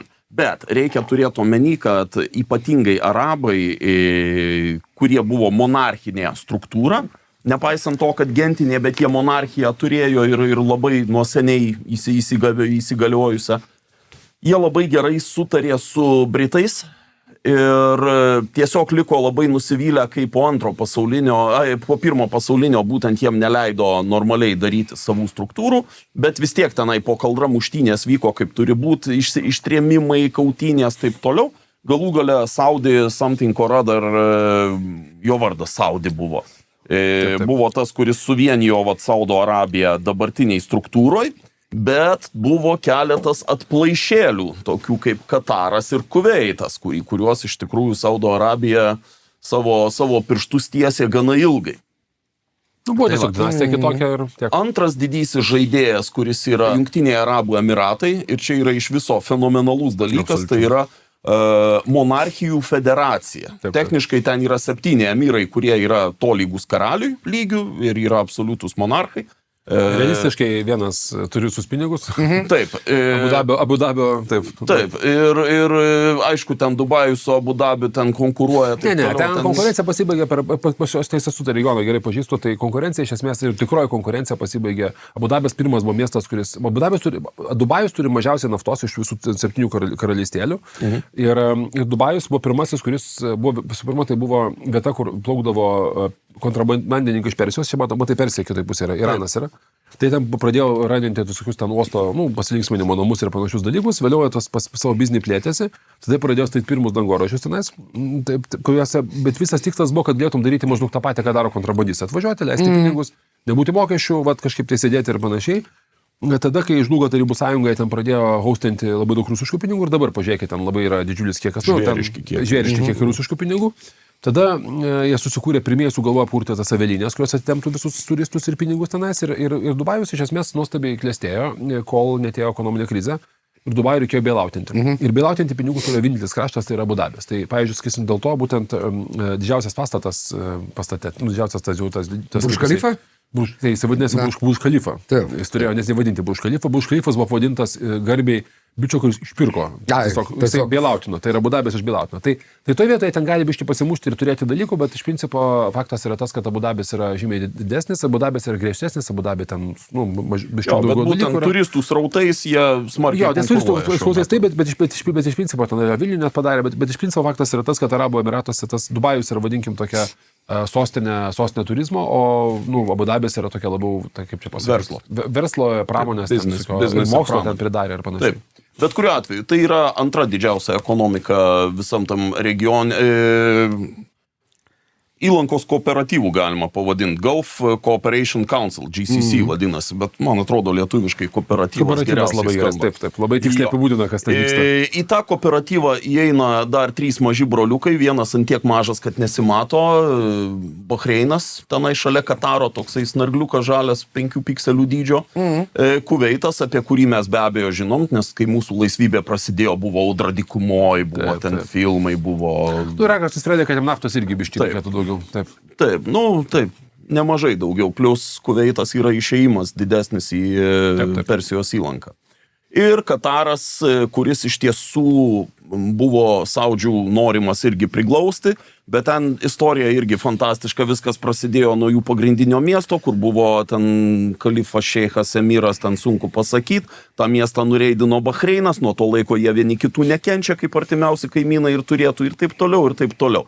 Nepaisant to, Kataras turi labai daug interesų su Iranu, jau vien dėl to, kad šios šalys dalinasi patį didžiausią gamtinių dujų lauką, kuris yra po vandeniu lygiai tarp tų šalių. Ir iš to gaunasi tas toksai ir draugavimas, ir pykimasis, ir taip toliau. Ir Kataras iš tikrųjų visą laiką žaidžia mažos šalies didelių apsuptyje žaidimą. Nes iš vieno šono Iranas, iš kito šono Saudai, Irakas ten ir visi kiti irgi savo daro. Taip, čia biškai per toli nubėgom, kadangi turim dar Omaną. Kažkaip tai nepapuolė man jo čia nudažyti. Omanas irgi yra 7-oji šalis, jei teisingai 1, 2, 3, 4, 5, 6, 6 šalis GCC sumoje, tai jeigu Saudai yra tėvelis, tai Omanas yra mamytė. Omanas nėra toks labai turtingas, bet jau vien iš to, kad arabiškai yra mama, ir mom yra visiškai tas pats dalykas. Manas tai paprastai, kai reikia rašyti, aš kiek atsimenu visose dėrybose, kai reikia pasirašyti kokią nors taikos susitarimą, tai Omanas ten kaip nors, jau tada ateina tenais ir jau... Jo, bet Omanas būtent yra tas, kuris yra toksai, kaip čia pasakyti, jie šaibų turi, jie naftos turi, ne tiek daug, kiek kiti, bet turi. Ambicijos neturi. Bet jie būtent, jiem nereikia statyti, nejaučia poreikio statyti kilometro aukščio pastatų, ar ten 100 mylių ilgio pastatų. Jie tokie labiau tradiciniai, labiau viskas kaip buvę ir už tai jie kažkaip sugeba nesipykti, net su Jemenu nėra, kad labai smarkiai pyktusi. Ten biškai pasipešioja, bet ir viskas. Tai va, ir dar viena arabų šalis, kuri kažkada galėjo galbūt papult, bet jie yra labai, labai biedni, tai yra Jemenas, suprantam. Jemenas yra absoliučiai biednata. Ten yra turbūt daugiau skirtingų genčių negu visam kitam arabų pusiasalį kartu sudėjus. Tai su giliais labai istoriniais nesutarimais. Taip atsiko ten, ta vieta, kur ten nėra vientisas, tarkim, ko jie saudžiai. Ten buvo ten Saudas, reiškia, jis ten klajojo ir buvo ten visi maždaug panašios gentis, tik biškai mažesnės ošiai, reiškia, kurios visos yra maždaug etniškai labai panašios. Jemene taip jau nutiko, kad jie ten turi man reikia, 3 ar 4 pakankamai sudėtingas, istoriškai besipykusias grupės. kurios dar mainosi, kurios yra persidengę regionais, kad aš gyvenu tarp dviejų kitų, bet iš tikrųjų draugauju su trečia, kuri neturi su jie tiesioginės sienos. Už tai ten yra nuostabus lizdas visokiausių problemų. Taip. Ten savo šaknis turi labai pirštus ilgus Iranas įleidęs, ten saudai rėmė vieną pusę. Dar taip gavosi kvailai, kad 2015 metais, kai prasidėjo ten konfliktai ir realiai prasidėjo Jemeno pilietinis karas, įsibėgėjo, jis iki tol vyko toks maždaug, žinai, kad ten, bet mokytoja žiūri, mes nedarom. Ne? Emiratai ir Saudai pradėjo remti skirtingus konkuruojančius, kaip čia pasakyti, galios centrus. Ir gavosi 3, būtent jeigu būtų Emiratai su Saudais susitarę ir rėmę vieną iš jų, tada gali būti, kad viskas būtų pasibaigę.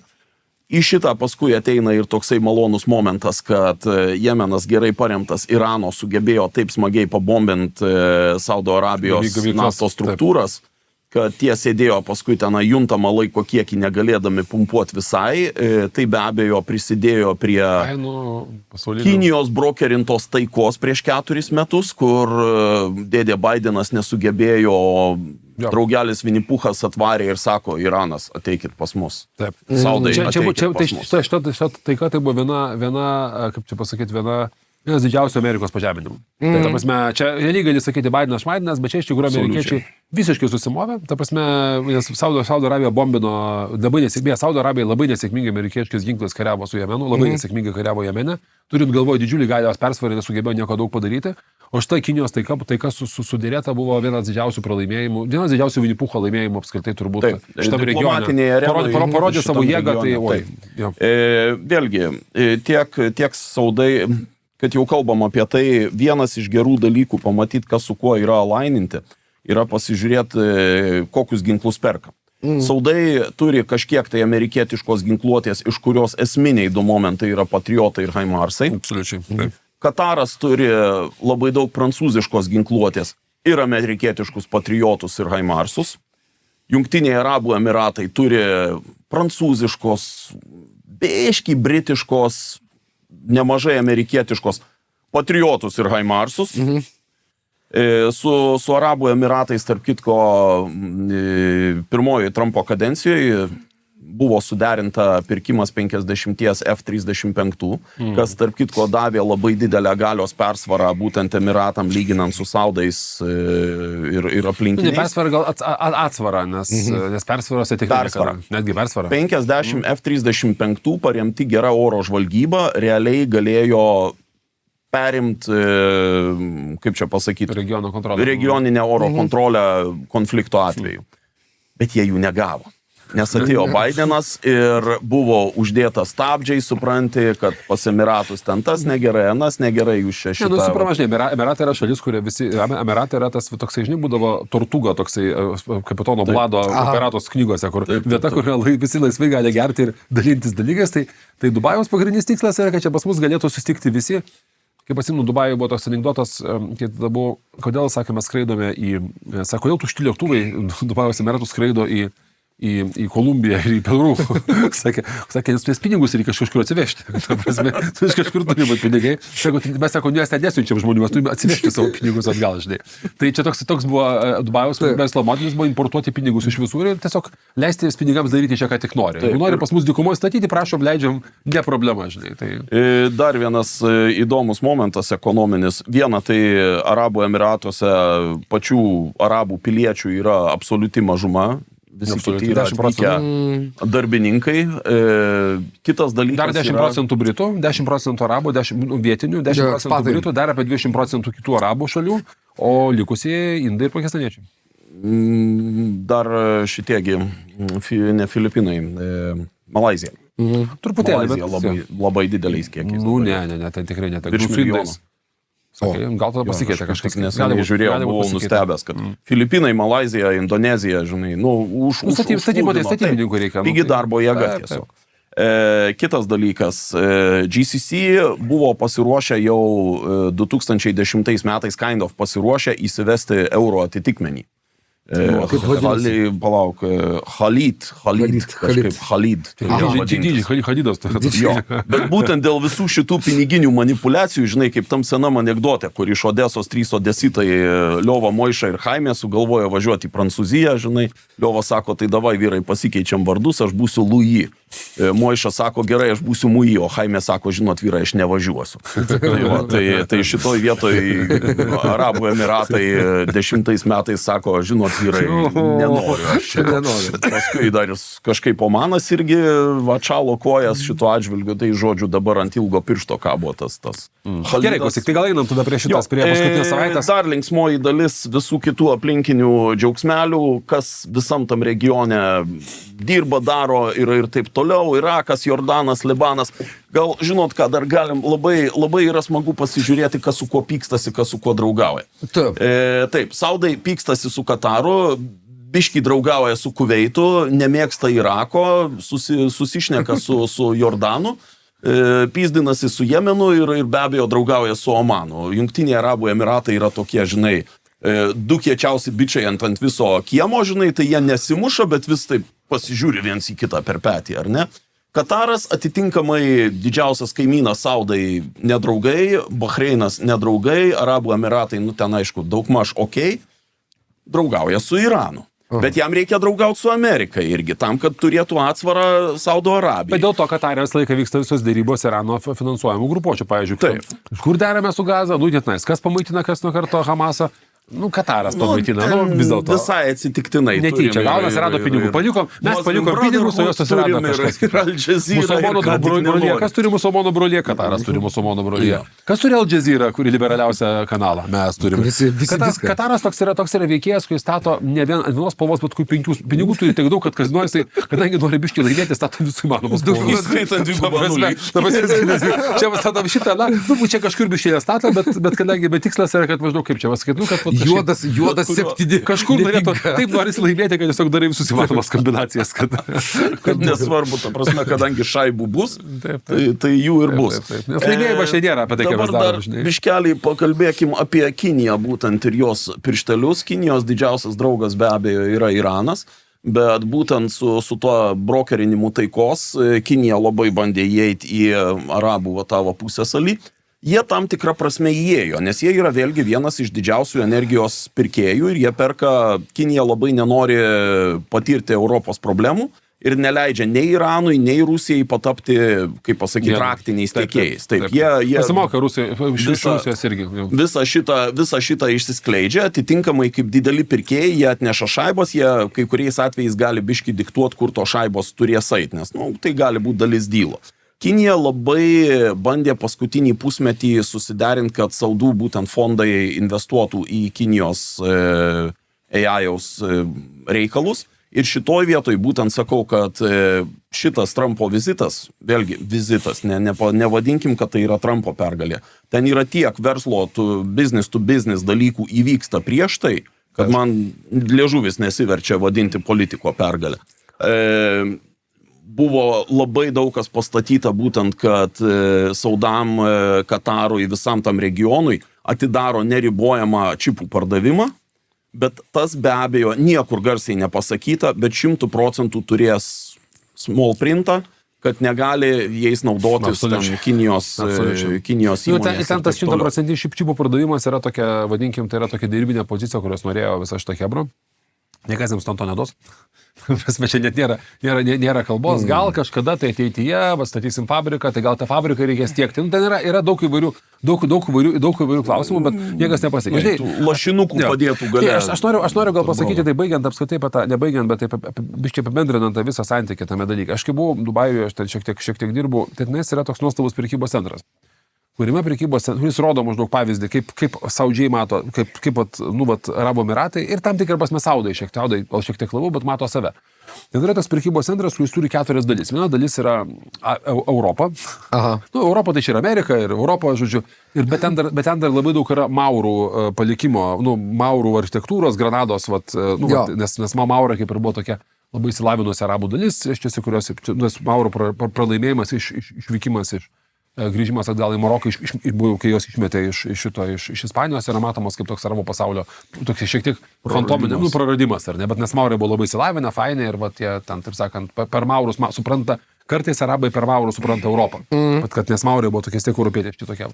Ta kita dalis yra Indija, tada yra Kinija, nu ir tada yra Arabija. Toks pasaulio matymas. Ir maždaug pasaulis pagal kažkokią tai Dubajų. Ir kitas dalykas puikus yra, pavyzdžiui, jeigu tu statai, vienoje pusėje statai Disneylando parką, tai kitoje pusėje statai Bollywoodo parką. Ta prasme, Dubajaus ir plačiaja prasme pagal extension saudžių principas, tikslas yra toksai, vadinkime, merkantilinis, toks monarchijų principas yra bandyti sukurti tenais tokį pasaulio centrą iš tos pusės žiūrint, tenais, pavyzdžiui, nebereikalo, ten sistemiškai, pavyzdžiui, yra promautinama, kad dirbi iš Riado arba dirbi iš, dažniau iš kokio Dubajaus ir ten gali treidinti, nes rinkos atsidaro tinkamą laiko zoną stebėti rinkas susidarančias Kinijoje, susidarančias Europoje ir vice versa ir panašiai. Ir tos chebros didžiulis noras arba didžiulis troškimas kažkaip tai, kaip čia pasakyti, tos dalykus būti to centru, reikia pasakyti prieš visus stebėsenas, vis dėlto yra kol kas geriausias naftos panaudojimo pinigų šaltinis, nors jie labai daug pinigų deda kitur, bet jų tikslas yra turėti ir vienus, ir kitus kažkur savo šalyje susidėjusius ir tokiu būdu išlaikyti savo įtaką. Ar būtų galima padaryti pertrauką trumpą? Mykolas, ta proga, trumpam galite pamatyti, kad Mykolas pradingo, tai jis iš tikrųjų išėjo apie keletą svarbus skambutį, bet mes kalbam toliau. Apie biškį internetinį folklorą. Tai dalykas, kurį mes galime matyti iš čia. Čia yra valstybinės memas. Ką mes dabar matome už mūsų? Tai yra valstybės užsakymų. Pagabintas memas, tiksliau sakant, kaip ne valstybės užsakymų, bet tai yra vienas iš dalykų, ką Kataras bandė labai promautinti ir turėjo visose oficialiuose savo paskiruose. Reiškiasi, meanwhile in Qatar dalykas yra, mes matome du vyrus jos važiuojančius ant, reiškia, dviejų ratų ir mintis šito viso memo yra tai, kad Kataras daro neįtikėtinus dalykus. Supras, kiekvieną kartą, kai Kataras daro kažkokį mega infrastruktūros projektą, yra meanwhile in Qatar. Kol pas jūs taip, pas mus kebra, žinai, daro. Tai be abejo turi antrąją pusę. Kad yra krūva filmukų apie tai, kaip vyrai su suknelėm daro nesąmonės su motorinėmis transporto priemonėmis. Memas ne tik yra apie motorinės transporto priemonės. Bet kai kas priima tai labai literaliai. Taip, kiekvieną kartą, kai Kataras daro kažką, yra šitas memas, šitas naudojamas memas. Ir dar apie ką dar kalbant apie Katarą, kol jūs sugrįšite, paskui gal su Mykolu biškai pasikalbėti apie bendrą geopolitinę situaciją, yra 2022 metai, Katare vyko pasaulio futbolo turė. Tu, Andriu, minėjai, nemėgstu futbolo. Aš ne tai, kad nemėgstu, aš jo nesuprantu. Jo, aš labai mėgstu futbolą. Futbolas yra mano žaidimas. Šią savaitę man yra svarbi savaitė, nes mano palaikoma komanda, kuriai nelabai gerai sekasi šiaip gyvenime, tai yra Manchester United, žais finale, tai aš labai laukiu tos didžios dienos, kur mes galbūt mums kažkas pasiseks. Bet kokiu atveju Kataras, jis užsiema tokiu dalyku, kaip ir Mykolas biški minėjo, kad stato ant visų, reiškia, langelių, Kataras sports washing. Ką tai reiškia? Kad jie... Nors, kaip mes žinome, yra žmonių teisų pažeidimai, mes jau net nekalbame apie ten LGBTQ teisės, kas buvo didelė problema pasaulio taurėje, futbolo, kad mes jau visur kaip ir priemam, kad ksenofobija, homofobija, šitie dalykai kažkaip neturėtų, o tenais yra kitaip. Kitoks požiūris. Jo, o sports washinimas tai yra teoriškai sakoma, kad pažiūrėkit, mes čia darom, nes, sportas kaip ir turi jungt. Nepainiokit politikos su sportu. Jo, taip, dalinai, bet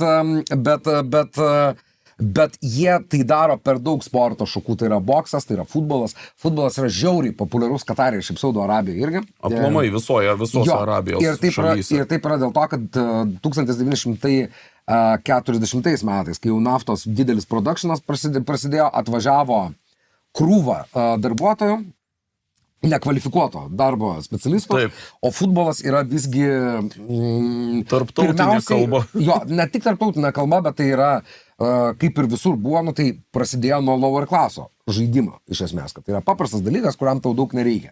Tai yra kamuolys ir pretty much, žinai, tu gali daryti bet kur. Tai vat, tai ir per visas šitas iniciatyvas, taipogi tiek Saudo Arabijoje, tiek Katare įtraukti jaunimą, pavyzdžiui, ta prasme, rasti kažkokį dalyką, kurį jie galėtų užsiimti fizinę veiklą, tarptautiškumo momentas, kas yra žiauriai svarbu. Nes, ta prasme, kaip tu minėjai, tautinė sudėtis nėra vienos kalbos, o kamuolį spardai kamuolį, ten kažkaip visi susitarė. Tai vat, ir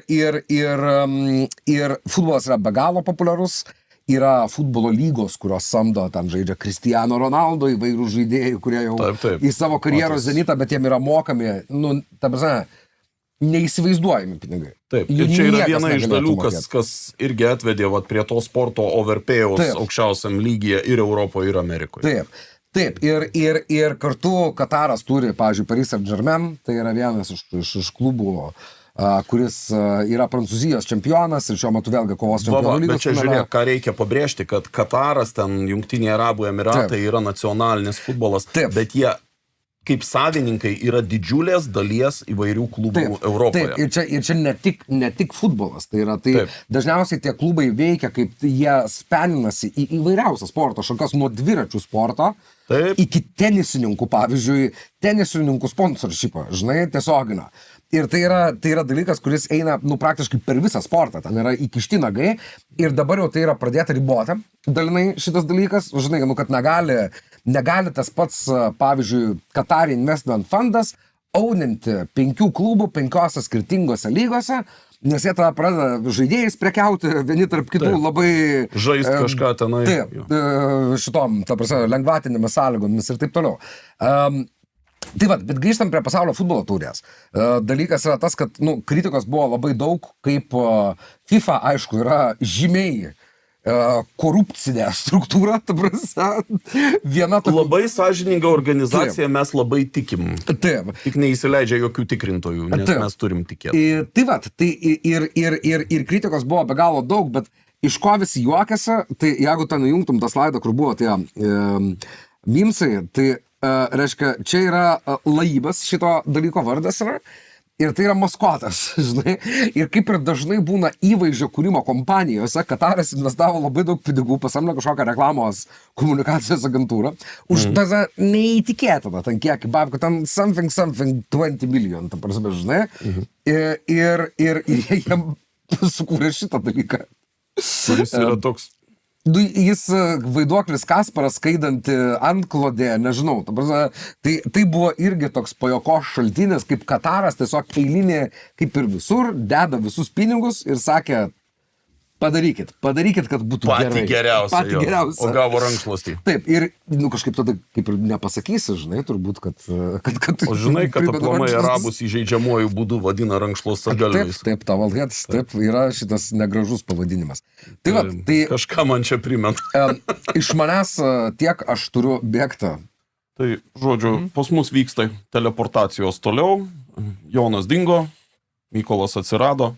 Tęsime mūsų vakarėlį. Taip. Čiak, aš gal noriu tada paklausti tavęs klausimo. Mes taip gana gerai apžvelgėm visą tą situaciją regioną, apie tą regioną, kuris yra svarbus. Regionas, kuriame karas niekada nepasibaigia, regionas, kuriame nuolatos vyksta dalykai.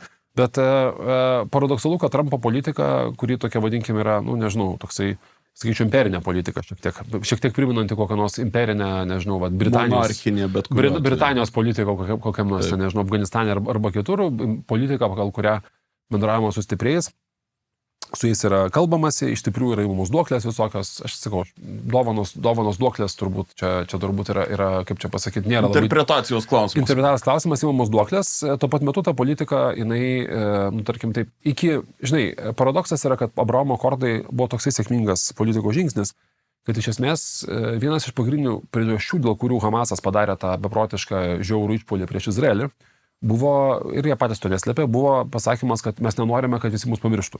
Nes Abraomo akordai reiškia, kad klestintis arabai bendrauja su Izraeliu, verslas klesti, Amerika visą tai iš šono mojuoja ir prižiūri, truputėlį pasimato.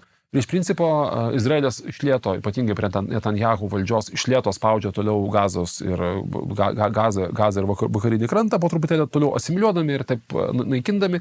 Ir Hamasas pats manoma buvo, kad jisai neišdrys nieko daryti, nes jam sekėsi labai, kaip čia pasakyti, jisai valdė, truputį gaudavo pinigų, reiškiasi, ir kaip jisai vadė, tikrai niekada neišdrys sukelti karo su Izraeliu, kai jie iš principo politinė prasme stabilizavosi, nes tarkim, kad Gazoje iki šito paskutinių tų tragiškų įvykių, manyti, kad Hamasas bus iš Gazos kažkaip išstumtas, buvo neįmanoma. Kitą jie turėjo sukūrę savo tokią diktatūrinę, reiškiasi, Platsdarmą, vietą, kurį jiem tiko. Taip. Kataras juos ten remdavo biški pinigais, kad nebadautų, suteikdavo tam tikro tarptautinio klauto. Pats Izraelis ten pakankamai daug šaibų mesdavo. Nu, ten, su viltim, kad sėdėsit ir tylėsit. Ko aš tikrai nedarysiu, nes čia mūsų laidų maždaug 3 reikėtų aiškinti, kad Izraelio santykis su Gaza, kas su kuo ir kodėl, ir kas ką sako, ir kas ką galvoja. Tikrai aš nenoriu tai gilintis, bet trumpai tariant, buvo tam tikra stabilizacija.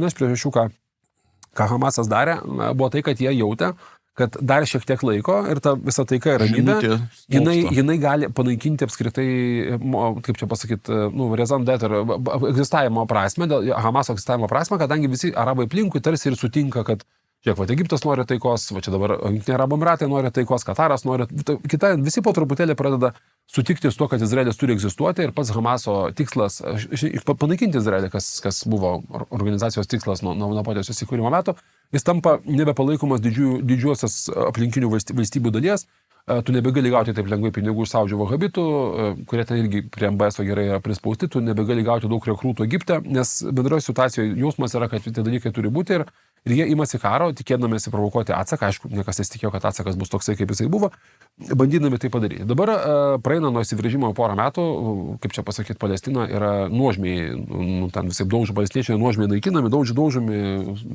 badaujami savo ruoštų, nesilieka, ten duoda, kad gal kaip tik tai sugeba. Ir dabar šitas susitarimas, naujas Trumpo, tarkim, taip, vėl parodimas, kad Amerika turi labai stiprią ištikimų sąjungininkų tokią, kaip čia pasakyti, komandą tam regione, turtingiausių sąjungininkų komanda regione, netgi duodant užuominas Persijai, Iranui, kuri po Izraelio pastarųjų metų ten ir Sirija prarado, reiškia, ir Hamasas sudaužytas buvo, ir Hezbollah Libane buvo sudraskyta, viena stipriausių pasaulio, viena stipriausių regiono, vadinkim, karinių slaptųjų tarnybų galių buvo visiškai neformali, kaip čia, neasocijuota su valstybė. Tai dabar Persija truputėlį gavo atgal ir dabar, kaip čia, Trumpas tarsi signalizuoja, kad jisai būtų visai mielai ir su Persija likę susitarti. Tai ką tai reiškia šitas susitarimas Hamaso ir Izraelios konfliktų ir ką pirmiausia tai reiškia žydams patiems, žydų valstybėje? Žinai, šiaip tai man kuo labiausiai panašu čia yra, kad su Iranu bandoma pavaryti Niksoną. Ta prasme, atitraukti Iraną, Rusijos nepavyko atitraukti nuo Kinijos, bet tada bent jau atitraukti Iraną nuo Kinijos ir Rusijos, bent jau nuo Rusijos pradžiai. Saudžių pinigais. Ne tik saudžių pinigais. Jeigu Amerika atidaro kranelius Iranui prieimą prie bendrosios rinkos, iš vienos pusės plūsteli papildomai naftos į rinką, reiškiasi galima labiau duhinti Rusijos ir Venesuelos naftą ir neprarast benzo kainos Teksase nepakyla tokiu metu. Tai šitoj vietoje aš matau labai pragmatišką dalyką. Bet tai kainos Teksase negali ir kristi, tokia problema yra. Yra nuo 5 iki $65. Aš už tai ir sakau, kad labiau duhint Rusijos ir Venesuelos naftą, nes jos dalyvauja rinkoje. Taip. Rinka yra viena ant viso žemės ir naftos kiekis vienas. Jo perstumdymas kainuoja pinigus, bet tokiu būdu galima pritraukti. Iš dalies atsidarius Iraną, tai pačiai Amerikai atsiranda dar vieną kortą žaidžiant su saudais, nes saudai natūraliai yra su Iranu labai priešiški. Šitai, sunitai, čia yra religinis pagrindas, bet yra labai didelis regioninis ekonominis pagrindas. Tai yra 2 didžiausios valstybės Persijos įlankos regione. Ir atitinkamai, vėlgi, čia mes, aišku, neatsakom pilnai į Izraelio klausimą, bet vėlgi, man neatrodo, kad Trumpas iš tiesų labai ten rūpinosi Izraeliu. Jam tiesiog reikia, kad būtų tvarka, būtų nauji draugai, nes iš tikrųjų Amerika labai prarado draugų fronte tiek su europinėm valstybėm, tiek su Japonija, tiek su Koreja. Tai čia yra būdas bent kažkiek tai pasistiprinti alijansus. Čia įsterpsiu truputėlį, nes Vitkofo kalboje buvo tenais atvažiavus, kad europiečiai blogi, arabai geri. Ta prasme, buvo labai aiškiai išsakytas dalykas, kad mes turim dabar naujų draugų, draugai yra faini, mes draugams nieko neaiškinam, viską darom. Netgi tiesiogiai buvo, kaip čia pasakyti, kaip ir dabar būdinga, nuo Venso laikų yra būdinga kalbėti, buvo pakalbėta, kad europiečiai patys šlikščiausiai, mūsų įstyčiojasi, o štai arabai, žiūrėk, lėktuvus duoda, pinigus investuoja, ta prasme, nafta teka, reiškia, mūsų klausosi, žinai. Kas yra geros naujienos mums? Ne, tai nėra geros naujienos mums, ta prasme, kad akivaizdu, kad tos dėrybos, kurios laukia Europos, jos, čia turbūt irgi yra susiję dalykai, kad mes užsitikriname geros draugystės su arabų kraštais ir mes turime draugų, ne tik tai vieną Europą ir mums nieko baisaus čia gerus prarasti kažkaip, žinai. Jo, aišku, tai yra utopija, bet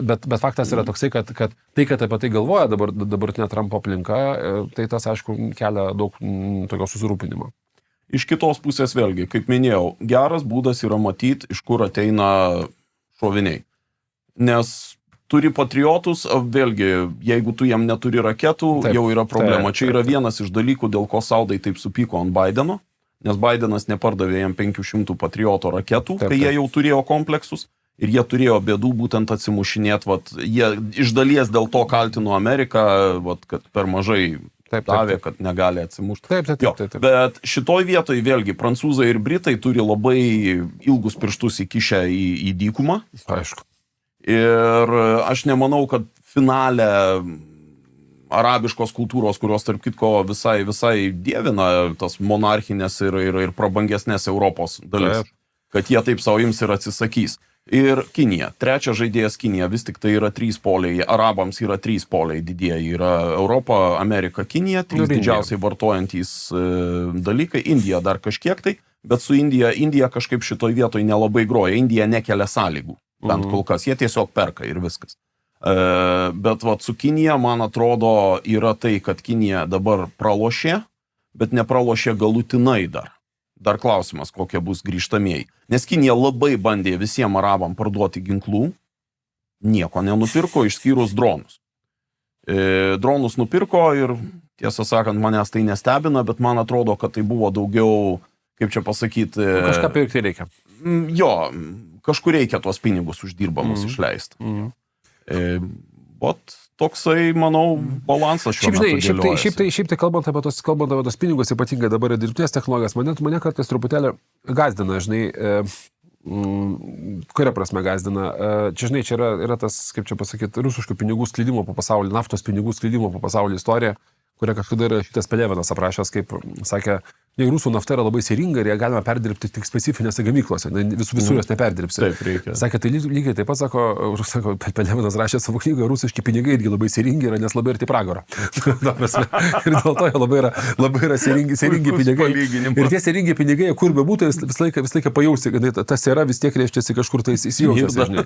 Smirda, žinai. Tai, žinai, tai Amerika turi senas tradicijas imti pinigus iš investuotojų iš tų turtingų šalių. Mes galim prisiminti Japonijos, ten, žinai, kai Japonai turėjo daug pinigų, kaip jie, vadinkim, taip, amerikiečiai vertė jos investuoti atgal, žinai, šitas į šalį, ten prisiminkim, buvo tas Japonų verslo invazija, ten ir Werner, Sony, ten kitos kompanijos, kurios buvo tuometiniai Apple ir Microsoft, tai buvo didžiąją dalimi iš Japonijos.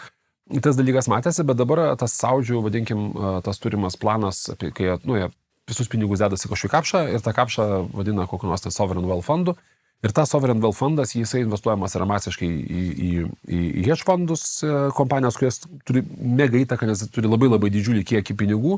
Ir tie pinigai susimaišo su tradiciniais investuotojais, tai visų pirma Amerikos pensijų mokėtojų, pensijų fondais, arba Amerikos tokia, kaip čia, generational wealth, ar ne, žmonių, kurie tiesiog turi ten kapitalą sukaupę per daug valstybių.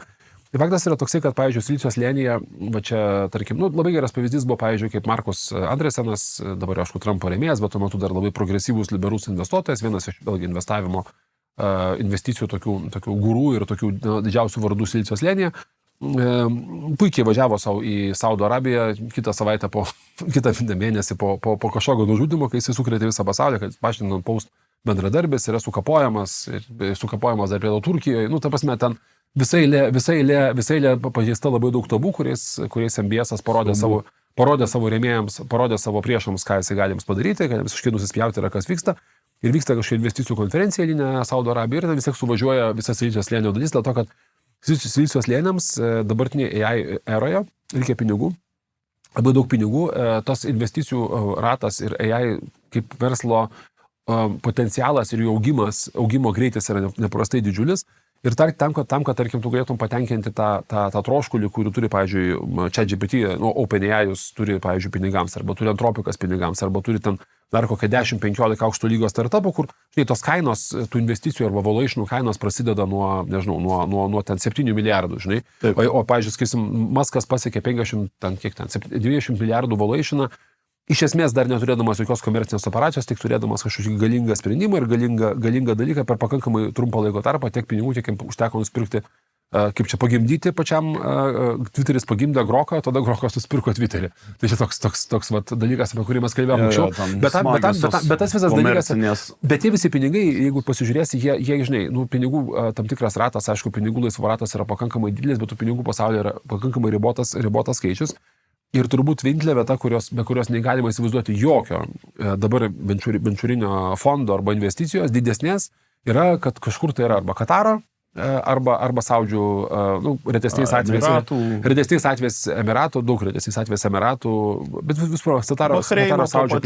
Bet retesni atvejai, bet didžiąją dalimi, tu nuvažiuoji pas Saudžius, susitarė, jeigu nori daryti rimtą reikalą, ir Saudžių dylas laiką yra politiniai, ir būtent dėl to tas Trumpo važiavimas šičiais buvo Silicijos slėnyje priimtas kaip pergalė, nes jisai važiavo kartu su, ten visi prisidėjo, Maskai ir kas tik nori, ir tenais buvo daroma labai labai didelis kiekis dylų, ir tie trilijonai dolerių, kuriuos MBS pažadėjo investuoti Ameriką, tai tiek tikrai ne, ten kiek 7 trilijonus, tiek tikrai neinvestuos, bet faktas yra tas, kad tie trilijonai dolerių yra, vadinkim, trumpalaikiai perspektyvoje, tie kokie, gerai, tarkim, 200 milijardų dolerių, 850 milijardų dolerių, tai yra tie pinigai, kurie iš esmės yra reikalingi tam, kad Amerikos dirbtinio intelekto bumas tęstųsi, ir galima sakyti, kad jeigu Kinai dirbtinio intelekto bumas sponsoruojasi patys, tai amerikiečiai didelė dalimi tos pinigus ne iš valstybės pasiema, tos pinigus pasiema iš Saudžių naftos, kas yra didelis labai motivacija Trumpo rėmėjams pasakoti, kaip čia mes gerai, maždaug, kaip čia, padarėm herkatą tų pačių naftos pinigų iš tų pačių arabų krastų, žinai.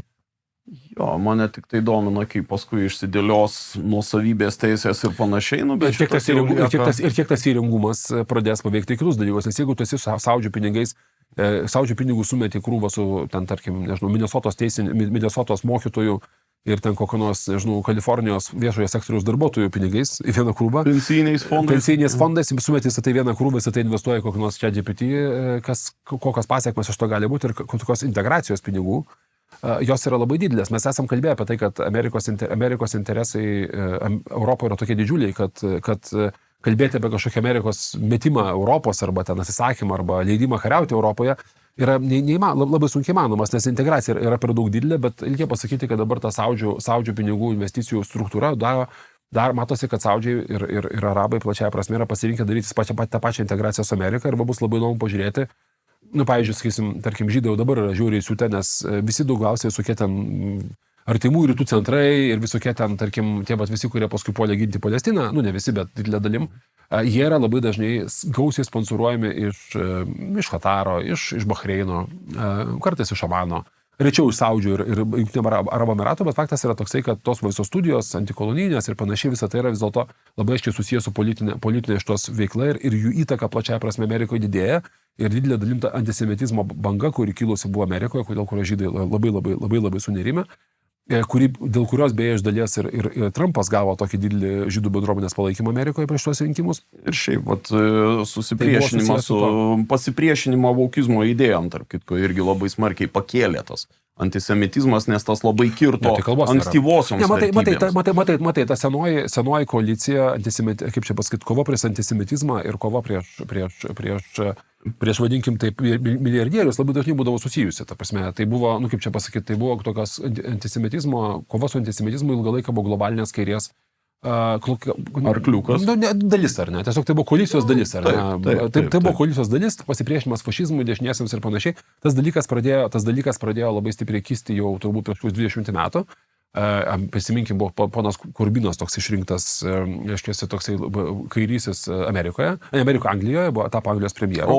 Tai Korbinas buvo dar tos, sakysim, tos tarybinės anti-izraeliškos, antisioninės kairės atstovas, bet kai kas matysi, kas dabar darosi, tai tas, vadinkim, pažiūrėkim, ten žydų balsai, labai daug žydų balsų, garsių politinių, kad turim tas pats Benas Šapiro. Jie tą klasikinį palaikymą Izraelio valstybei labai dažnai derina su kita dalimi. Ir aišku, čia negali sakyti, kad globaliniai kariai žydų vis laiko buvo labai daug žydų tautybės asmenų ir dabar tas tam tikras toks įsiskyrimas tarp jų labai aiškiai matosi ir jis ko gero neišvengiamas yra. Tai aš manau, kad Izraelio, plačiaja prasme, žydai ir Izraelis, ypatingai po to, kai Trumpas buvo daręs tiek daug pažadų prieš šitą savo rinkimų kampaniją, aš manau, kad jie į šitą draugavimąsi su tais milijardieriais žiūri labai atsargiai ir tarkim, kritika dažniausiai, beje pasakysiu, didžiausia kritika iš dešiniųjų Trumpo rėmėjų, lėktuvui, pirmiausia lėktuvui, tai čia buvo simbolis, atėjo būtent iš žydų tautybės amerikiečių. Dar vieną dalyką reikia neužmiršti, kad jeigu seniau Izraelis buvo nemaža dalim labai stiprus partneris visam IT reikale, neužmirškim, kad Intelis vieną iš pačių didžiausių savo research centrų, R&D centrų turėjo būtent Izraelyje. Tai dabar jeigu AI-jaus čipų, kaip čia pasakyti, serverinės, taip įvardinkim, ne gamyklos, serverinės, atsiranda Riade, ten Katare, dar kažkur tai. Tai jau nutempinėja pinigus ir talentus tame tarpe, taip. Nes labai daug arabai neskaito savęs kaip nacija, kaip po tokią. Čia, žinok, ilga istorija. Čia, taip mūsų sakant, tiek jie neskaito, besiidentifikuojančių kaip arabais. Kiek čia mes taip galvojame, kad neskaito, kiek čia iš tikrųjų neskaito, kiek čia mes galvojame, kad neskaito kaip nacija, arba suprantam tą naciją pagal save. Pagal save aš ten norėčiau biškį išvengti gal tokių didesnių generalizavimų. Aš nežinau, kaip įvardinti, bet tautybė, tautybė. Arabiškos kilmės, geriausiai pasakyti žmonių, kurie dirbo tuose centruose.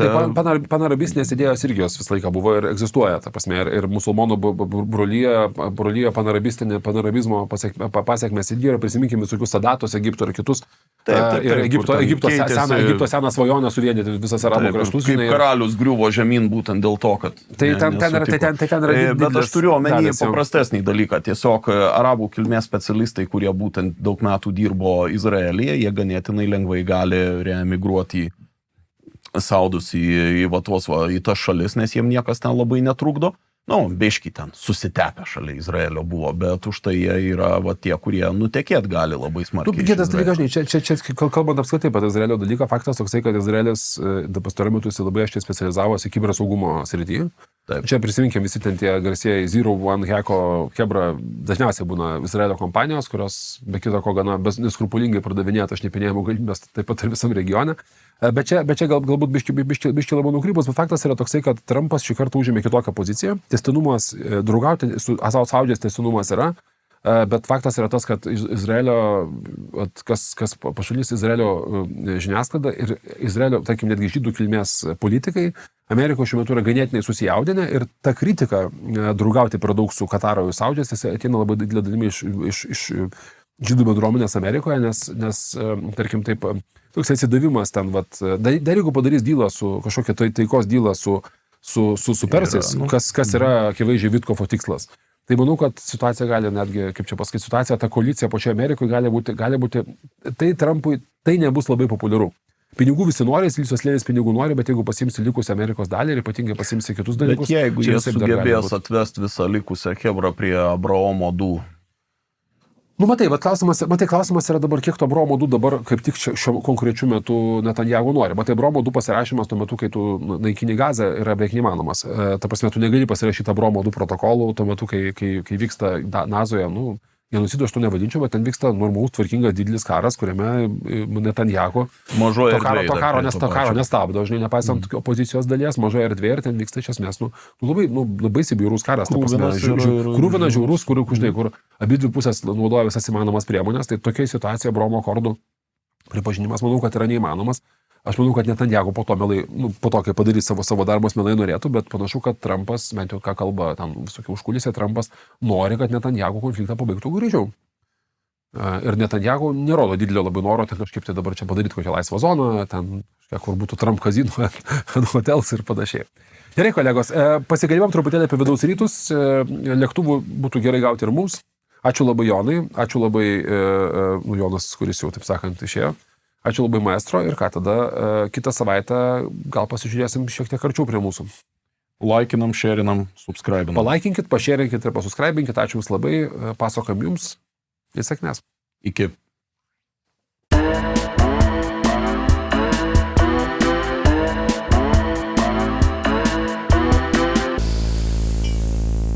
Terminalas.